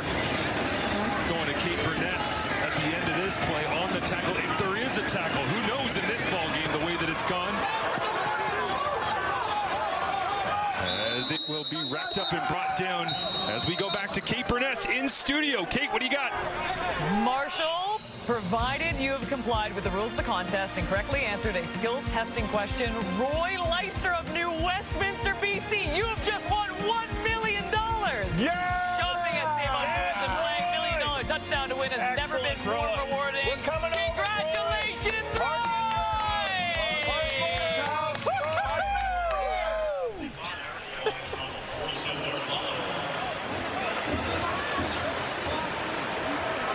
For the first time ever. You know how many times we've had games over the decades where it's been close? Right there, there's one return. There's almost. Oh, that one got called back on a penalty. Or Roy Leister. Yeah. What time should we be there for the party, Roy? Unbelievable. Congratulations. First time in the history of that program. It happens tonight, rightfully so, in a wacky, entertaining back-and-forth ball game. That it wasn't one returner getting both the return. It was both, because this has been back and forth, and both sides have had their moments. Also, if you need help with the skill testing question, Roy, I got you. You're the guy? Yeah. Happy to help. As Wooden watches on. First and 20 here. Janarian Grant hoping he gets another touch of the rock sooner rather than later. Arbuckle over the middle. Oh, they dropped out. Julian Hauser. Perfect deception that time from the Tiger Cats. And Hauser just couldn't hang on, the former multi-star athlete. Hauser from the right defensive end spot, defensive left. Drops into the shallow middle there, catching Arbuckle off guard. About the design from Brett Monson, who was almost here with the Toronto Argonauts. Ends up with Hamilton as defensive coordinator. Flies Devin Verzak all the way to the sideline. Arbuckle goes, middle's open. Nope. As a flag comes up on this one, and Arbuckle does look over the middle. John Brissett catches it at the 50. And the Tiger Cats rallying defense there once again, and now we'll sort out the flag.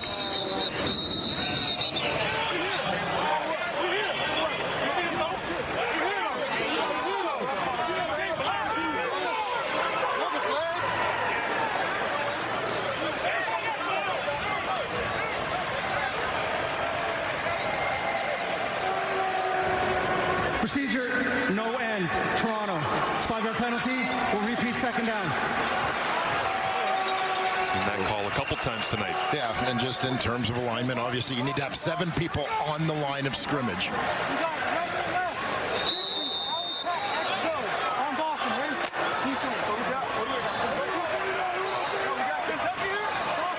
Well, 2nd and 25. What do you have in the playbook for it? Monte Coxie out there all by himself. They'll play soft coverage and flip it out. Kalen Leyburn puts his head down and tries to get as much yardage as he possibly can. Tiger Cats defense rallies, makes the play they have to, and the Argonauts use a timeout. Every second critical for the Toronto Argonauts at this point. Down 19, just under 4.5 to go here. Hard to believe Toronto is down 19. It really doesn't feel like it.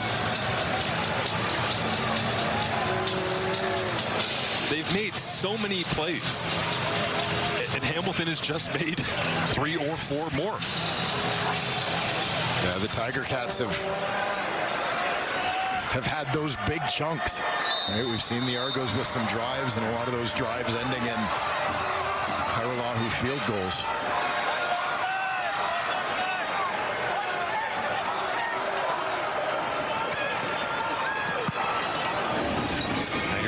Into this one, drops it down to the 16-yard line. Wooden finds a little bit of breathing room, cuts it back, and another nice return. 15-20 yards that time as these two teams, it's not just been the offense or the defense, the special teams on full display, and this is how you win $1 million like Roy Leister from New Westminster, BC. First it was Janarian Grant taking the flip from Kevin Brown. He gets to the sideline. And away he goes, not to be outdone. The Ticats, Isaiah Wooden, wide side return. Turns on the afterburners.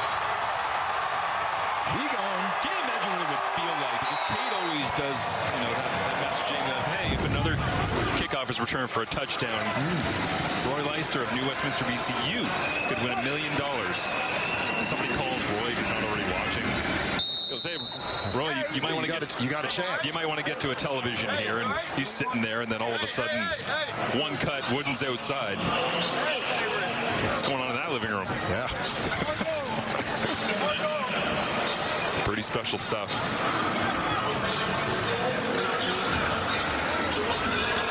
Now what he needs is a picture with Grant and Wooden. Yes. Side by side, holding the check. It has to be the oversized check. Yeah, you need the oversized check. That was a given. A normal size check. That would be silly. Can you cash the oversized check? Or are those strictly a pro? I believe from semi-pro, you just need a bigger bank. Yeah. That's the rule. Anti-Lee puts his head down, gets the first down on 2nd and long. Nice run from Anti-Litre is grinding away the fullback, running back, short yardage quarterback, but Kenny Lawler has been a standout tonight, extending his catch streak to 54 games from 2024 and another 4 here in 2025. He's in the end zone plenty tonight. A career night for 89, over 200 yards. Yes, sir. Yes, sir. It's always foot on neck, so that's what we do. You hear that? It's always foot on necks. That's what they do. Kenny Lawler has been a star tonight, and he's done it in multiple ways down the field. This guy's got 5 touchdowns already this season. I think his season max is 6. Started early. We just threw it right over a guy's head. You take it right off the top. You'll love that. We talked about this earlier. You don't want to roll the safety my way? No problem. I'll go inside, catch a skinny post. Toddy, 79 yards. Okay, now you want to play that safety over the top? I'll run the go route. But this is what I love here. This is Turnowski touchdown. That's Kenny Lawler running the clear out. He gets space for everybody else. So not only is he catching touchdowns, he's opening up his teammates. This guy has had an epic night tonight. He is unbelievable. I love watching him. And could he shut it down with another big one as they hand it off inside, going nowhere? What do you love the most about Kenny's game down there, Luke? It's the intensity.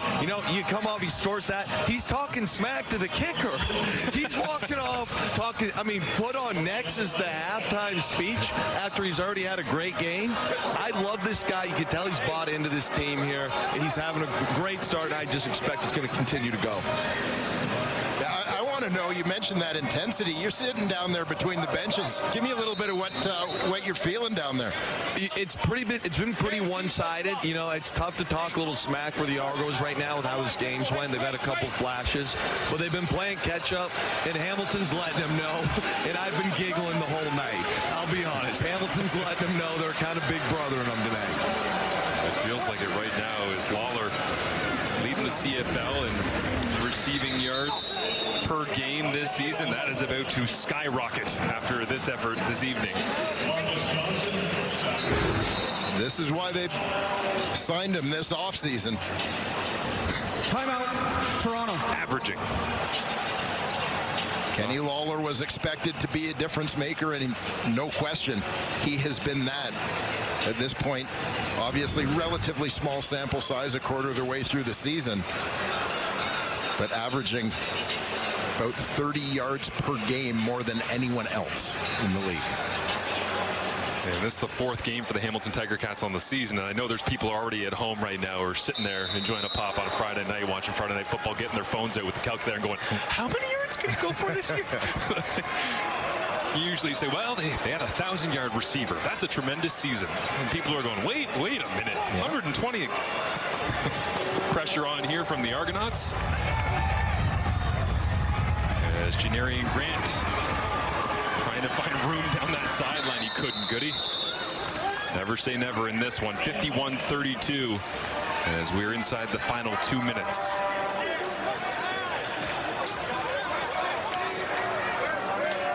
Well, Nick Arbuckle's still in. No doubt the Argos are going to keep swinging until that final whistle blows, but it has been an impressive effort for the Hamilton Tiger Cats, particularly offensively, going toe-to-toe with the Toronto Argonauts on special teams.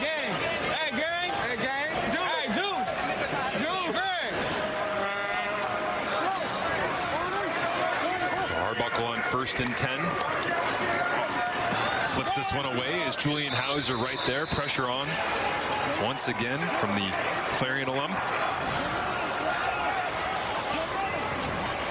Julian Hauser was one of those off-season signings that flew under the radar a little bit. But he has certainly been noticeable for the Hamilton Tiger Cats on that D-line. You know what really jumped out to me is how many times in the past we've seen the Calgary Stampeders say, no, we're going to maintain our core, we're going to draft, we're going to develop, we're going to get our guys off the negotiation list that was made public this week. And so you always notice in free agency when they would actually try to attack and pluck somebody. Yeah. And it's like, you know, I put together the spreadsheet every year. It's all just re-signed red players. Well, all of a sudden there was a guy in black and gold that went to Calgary. There's a big run over the middle here, and Deshaun Brissett goes airborne over the top of Stavros Katsantonis. So a little aerial attack that time between a couple of Canucks.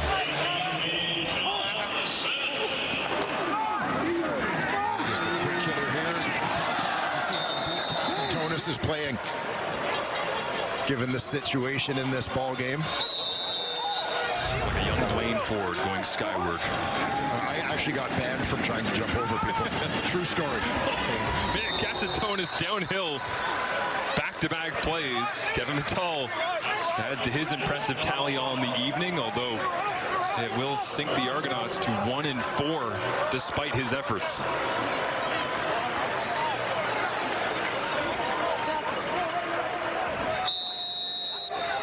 So the Tiger Cats, they'll give up a few yards here, but they just don't want to give anything over the top.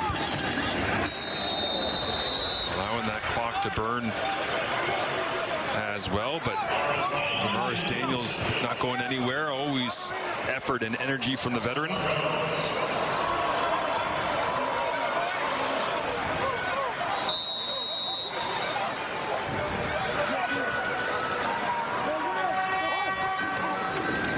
Nick Arbuckle puts up his 34th passing attempt of the evening to the outside. And Leyburn fitting in nicely. Well, Marshall, you mentioned earlier the Team Ted gear in support of Ticats general manager Ted Gouveia, and great to see not just obviously the Ticats wearing them, but Argos sporting them tonight. Great to see Ted at the stadium as well when we were in Hamilton for the Alouettes Tiger Cats game last Friday evening. Popped into the booth, said hello. We're looking forward to continued good news and love the support from around the CFL for Ted. And one of the longtime good guys in the CFL is Leyburn. Gets another check down here underneath. Yeah, Ted, as you mentioned, one of the good guys. Spent a lot of time actually with the Toronto Argonauts early in his career. Also a fantastic storyteller. Tells a great one about being the scout team coach and trying to deal with Adriano Belli. pass over the middle here, wrapped up. Dustin Talbert in on Tavares Daniels, and Nick Arbuckle has the Argonauts back in scoring territory, deep in the score zone. Devontae Coxey with one already here this evening. Kevin Brown was in to the end zone. Kalen Leyburn was as well, and this will get fired into the waiting arms of Kevin Mittal. Rightly so for the St. Hubert, Quebec native, as he has had a sensational evening. Yeah, Mittal's just going to sit it down. You can see that gap, throwing the ball before Verasek can widen to get to that zone.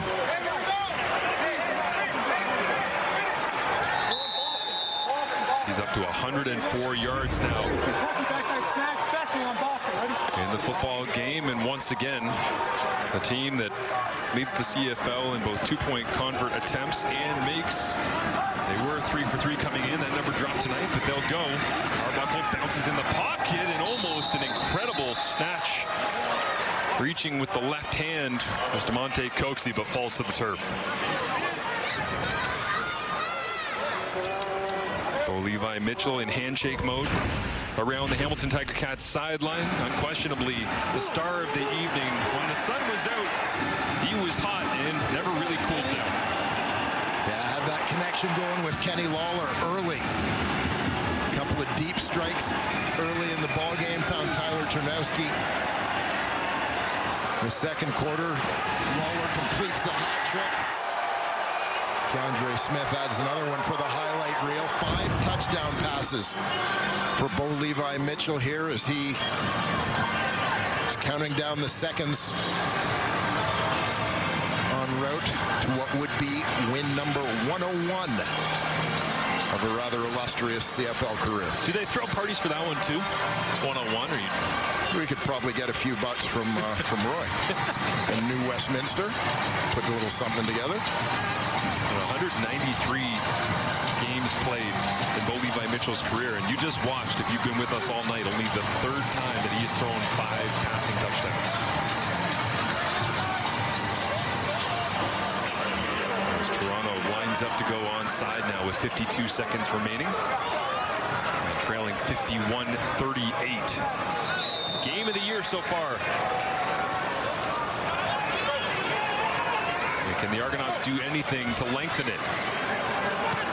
High in the air, Hiralahu staring it down, and Lawler shuts it down. Why wouldn't he be on the hands team? Seems reasonable. Nice job by the big boys in front of him.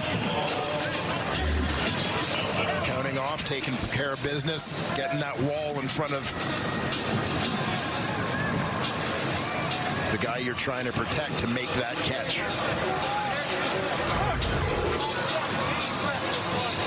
Mitchell in the ball game to finish things off.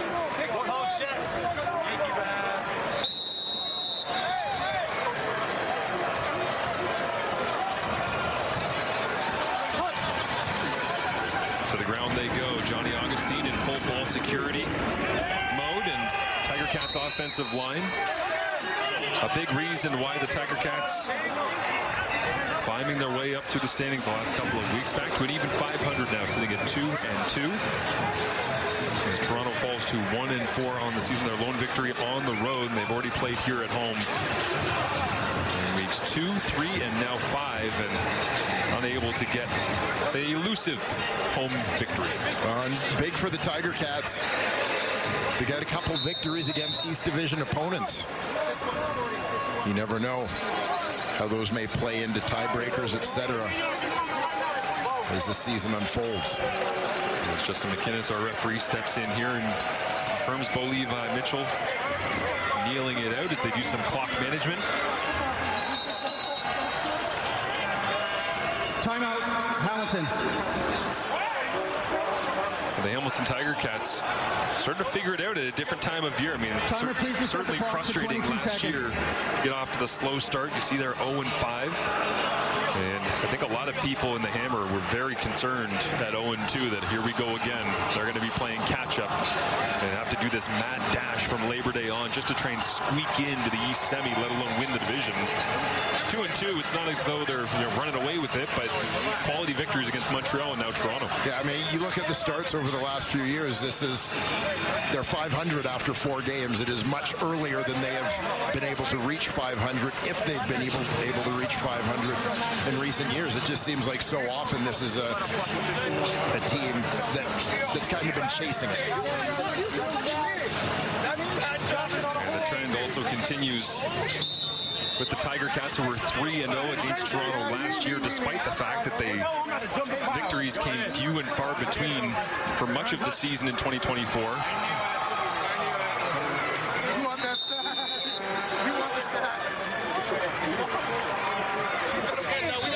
Dominant, and Bo in his career, of course, extremely dominant against the Toronto Argonauts, whether he's wearing red or black. It certainly helps when you got that guy on your side and you can just rip it, throw it anywhere in his vicinity and watch the magic unfold. Yeah, I mean, I have said for years, one of my favorite things about pro sports in general is just the different approaches to building teams. And you know, you have a theory about what's going to work and how pieces are going to fit together and so on. And, you know, it's got to be a pretty good feeling for the Hamilton Tiger Cats when you bank on a combination of giving Bo Levi Mitchell a Kenny Lawler to throw to, and it's paying dividends early on. Well, the Argonauts lost the battle, but not the war. Long season, but this one will sting. The first of 3 matchups between these teams.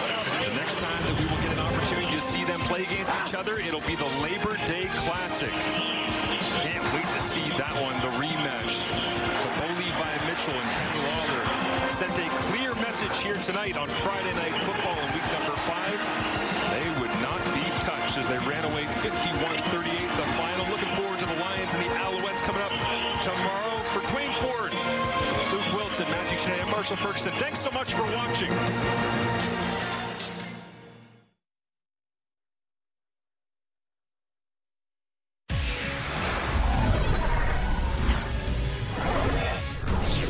Hello, Canada. How are you? Welcome into Sports Center. You know Glenn Sheeler. I'm Kara Waglin, and we knew with the QEW rivalry we were going to get probably a lot of offense. Both teams love to air it out on offense, and likely a very entertaining game, which is exactly what we got. Both teams hoping that last week would be a turnaround for their season, not so much for the Toronto Argonauts, though. Our football analyst preseason, Davis Sanchez, wildly predicted the Hamilton Tiger Cats are going to win the Grey Cup this year. I wasn't so sure about that, especially after the 0-2 start, but now they beat Montreal, they beat Toronto. Those are the 2 teams, the defending champs, Toronto, you know, that you're going to have to beat in the playoffs to get to the Grey Cup. So maybe Davis onto something here. Bo Levi's looking great with Kenny Lawler. As Kara mentioned, both teams coming off their first wins of the year. Argos head coach Ryan Dinwiddie saying yesterday this felt like a must-win for the Argos. First quarter, Toronto's up 7-0, but after Nick Arbuckle was picked off, Bo Levi Mitchell to Kenny Lawler just goes up and gets that. 3rd touchdown of the season for Lawler, and then later in the quarter, this happened. What an athlete, what a player Toronto's found for themselves here as Bo Levi Mitchell took a seat on first down. Now he goes over the top to Kenny Lawler again, up in the air, and 89's got it. He'll walk into the end zone. Touchdown, Kenny Lawler. So that's 2 catches for Lawler and 114 yards. A couple touchdowns as well. Mitchell surpassing 40,000 career passing yards. Now, Luke Wilson, he's been outspoken about the CFL this season. Mitchell had a chat with him afterwards. Here's what he said. He said to me, that's a little more exciting, huh, big dog? I said, absolutely. Wait, Bo's on Twitter? Yard line, it was going to be someone else's major and short yardage, but Bell ultimately gets the... This is the ensuing kickoff, Ticats touchdown. After that, it's Kevin Brown lateraling to Janarian Grant. Grant running down the sideline, gets some blocks, and he is gone all the way to the house. 93 yards. This offense for the Argos has been struggling, but the special teams, my oh my, are they delivering for Toronto. 13th career kick return touchdown for Grant. But later in the quarter, Mitchell looking downfield, throws, and who else? Lawler for another touchdown, his 3rd of the night. At that point, he's at 5 catches for 177 yards, 37-19. Then in the 4th, Mitchell to Keandre Smith, who hauls it in. Mitchell's third career 5-touchdown game. And after the score, pointing to his ear, sending a message to the Argos sideline. Yes, the QEW rivalry, it's alive and well. Bring on Labor Day. That's the next time these two teams will meet, the Ticats and the Argos, as Bo Levi Mitchell picks up his 16th win all-time against the Argos. That's tied for his most wins against a single opponent, Edmonton being the other. 36 touchdowns against Toronto, tied for the most he has against a single team. And Ticats head coach Scott Milanovich improves to 4-0 all-time against Toronto. Yeah, they won all 3 meetings last season. To wrap this one up for us, let's go down the hall to Kate and the panel. Alongside Enoch Mwamba and Paul Lapolice, and what a night it was for Bo Levi Mitchell and Kenny Lawler. We could honestly say at this point, I get it, it's just 5 weeks into the CFL season, this might be the most dynamic duo. Over 300 yards passing for Bo Levi Mitchell. Kenny Lawler with a career night over 200 yards. You know, I go back to the preseason, and when they signed him as a free agent, Kenny Lawler, and everyone in Hamilton was expecting big things. We saw that they were trying to connect in preseason, and then during the regular season, Bo was definitely targeting him a lot, and there was some connection there. But just all of a sudden, Enoch, this seems like it's a perfect fit, and it is a heck of a lot of fun to watch. It looked like they were forcing the ball to Kenny Lawler, but now, guess what? Keep doing it, because the Toronto Argonauts could not stop Kenny Lawler at all tonight. And Bo Levi Mitchell, it seemed like they came into the game and told themselves, this is what we're going to do. And all night long, these amazing, spectacular catches was Kenny Lawler making all night. And it's just difficult for a defense to defend this right now. But I'm telling you this right now. This is a message that they're sending to the rest of the league right now. If you're not going to double team, triple team Kenny Lawler, we are throwing the ball to him all night long in every single game. I don't think this is going to slow down. It's only going to continue going forward. It's going to be exciting to see them going forward for this offense. Enoch, I had a chance to talk to Ted Gavai in the offseason, and, you know, we were talking about free agency, and I asked him questions, and he said, you know what, we paid a lot of money for Kenny Lawler. And he says, no qualms about it. We did overspend on Kenny Lawler. Now, his rationale was, I got Bo Levi Mitchell, who's one of the best deep ball throwers in the league, who wants to throw it deep. Why wouldn't I put this guy, pair him with Kenny Lawler? And that's why he did it.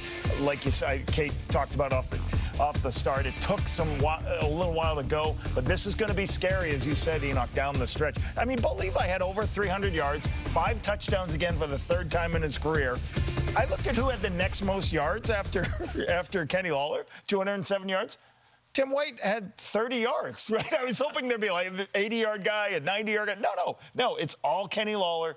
But teams are really going to have to figure out what to do. We got to have a safety over there always. We got to have the corner over there. We got to play more zone coverage, because Bo, more than any quarterback I've seen in my career, I think really loves. He will take that one-on-one shot as many times as you give it to him. And credit to Bo Levi Mitchell, too. He did hit the 40,000 passing yards mark. And also, he has been tremendous in his career against the Toronto Argonauts. Now moves to 16-2.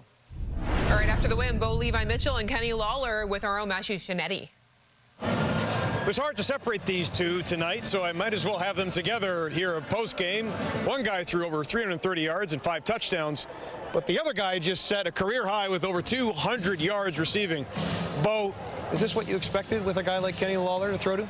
You know, I knew what to expect, you know, but from day one, he's gone above and beyond that, man.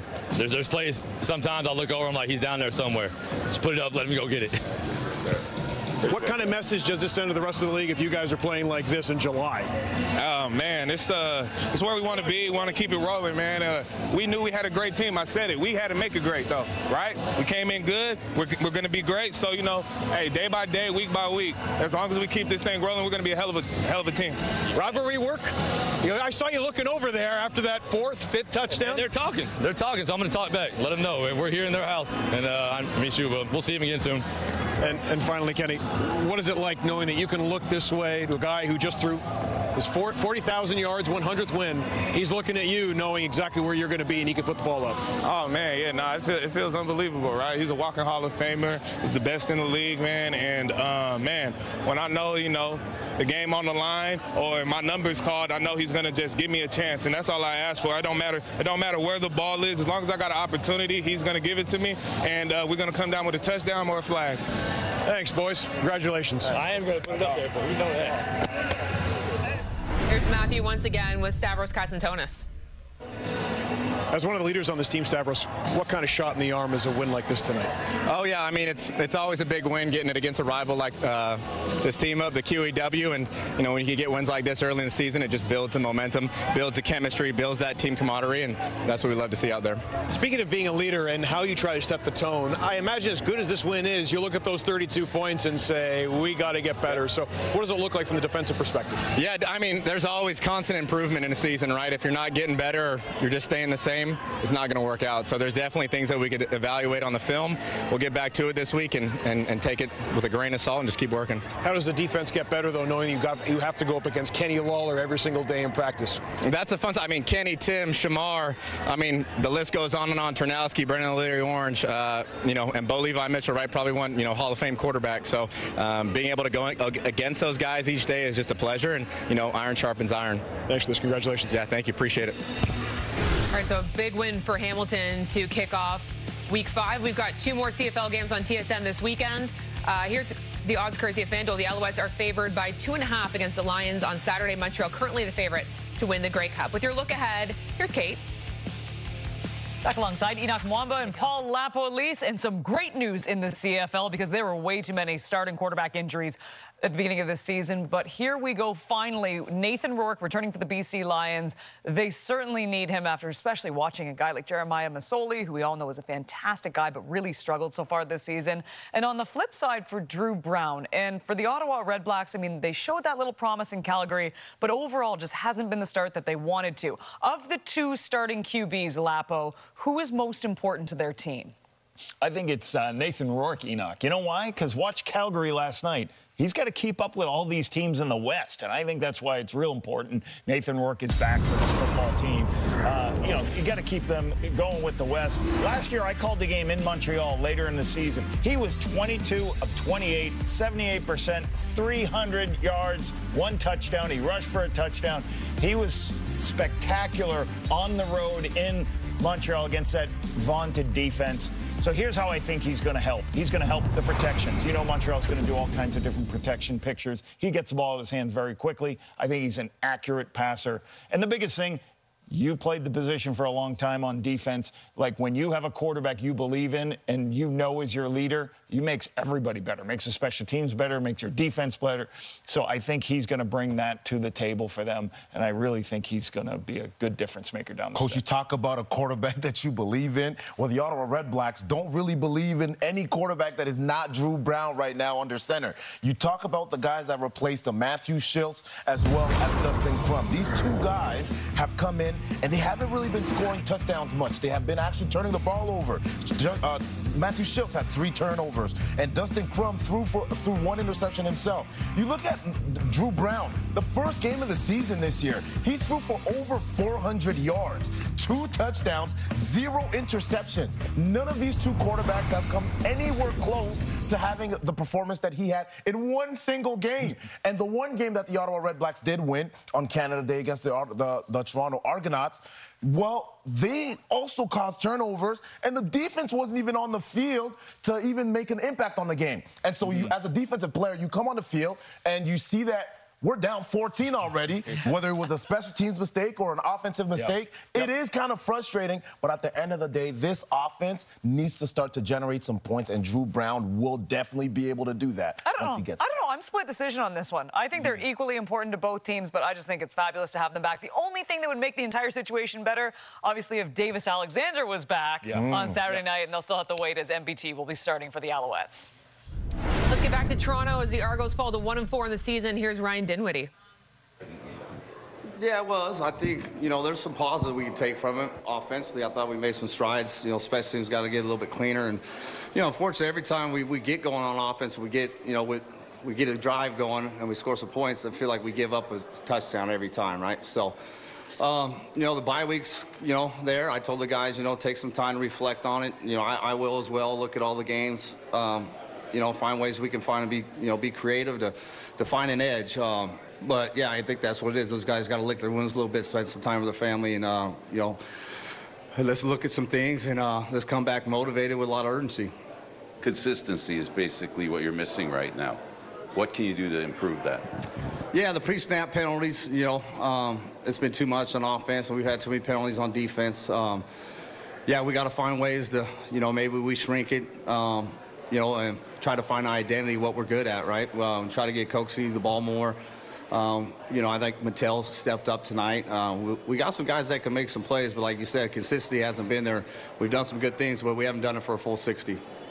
Defensively, how did you guys feel like you struggled with that matchup with Kenny Lawler? What exactly, is it just good player making those plays, or just coverage areas you felt could have done better? Well, I think he made great plays on the ball. Kenny's a great player, but at the same time, I thought we were peaking in the backfield. We got him in our blind spot. We lose sight of where he's at, right?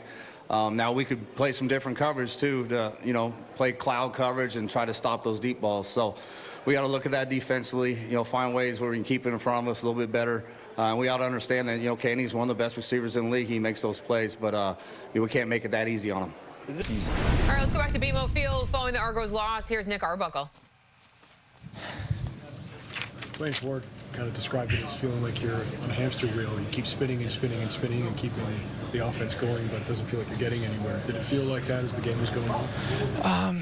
I felt like, when you're out there on offense, you try your best, regardless of what's going on, special teams and defense-wise, just to focus on your job and what you can do, what you can control. I felt like we left our defense out to dry a little bit in that first half. Too many 2-and-outs consecutively after, a great first drive. And, they ended up spending a lot of time on the field that whole first half. And I'm sure that wore on them, as the second half progressed, and, they're fatigued and everything like that. So you have to make sure we're doing our job even when we're not scoring, because every drive isn't going to be a touchdown drive. But, you want to at least get a first down or two, flip field position, give your defense a chance to look at film, correct mistakes on the sideline. If you're 2-and-out in 30 seconds, the defense can't really make many adjustments and can't get much of a rest. So we can't put them in that position that first half. And I think, in the second half, I'm just proud of the way the offense fought and proud of what the guys did, the focus that they had, the energy that they had throughout the drives to keep rolling. And, we knew, I think when we scored one of our last touchdowns and we went down 2 scores with like 6 minutes left, everybody was still feeling really good on the sideline. And, unfortunately, it just didn't shake our way at the end.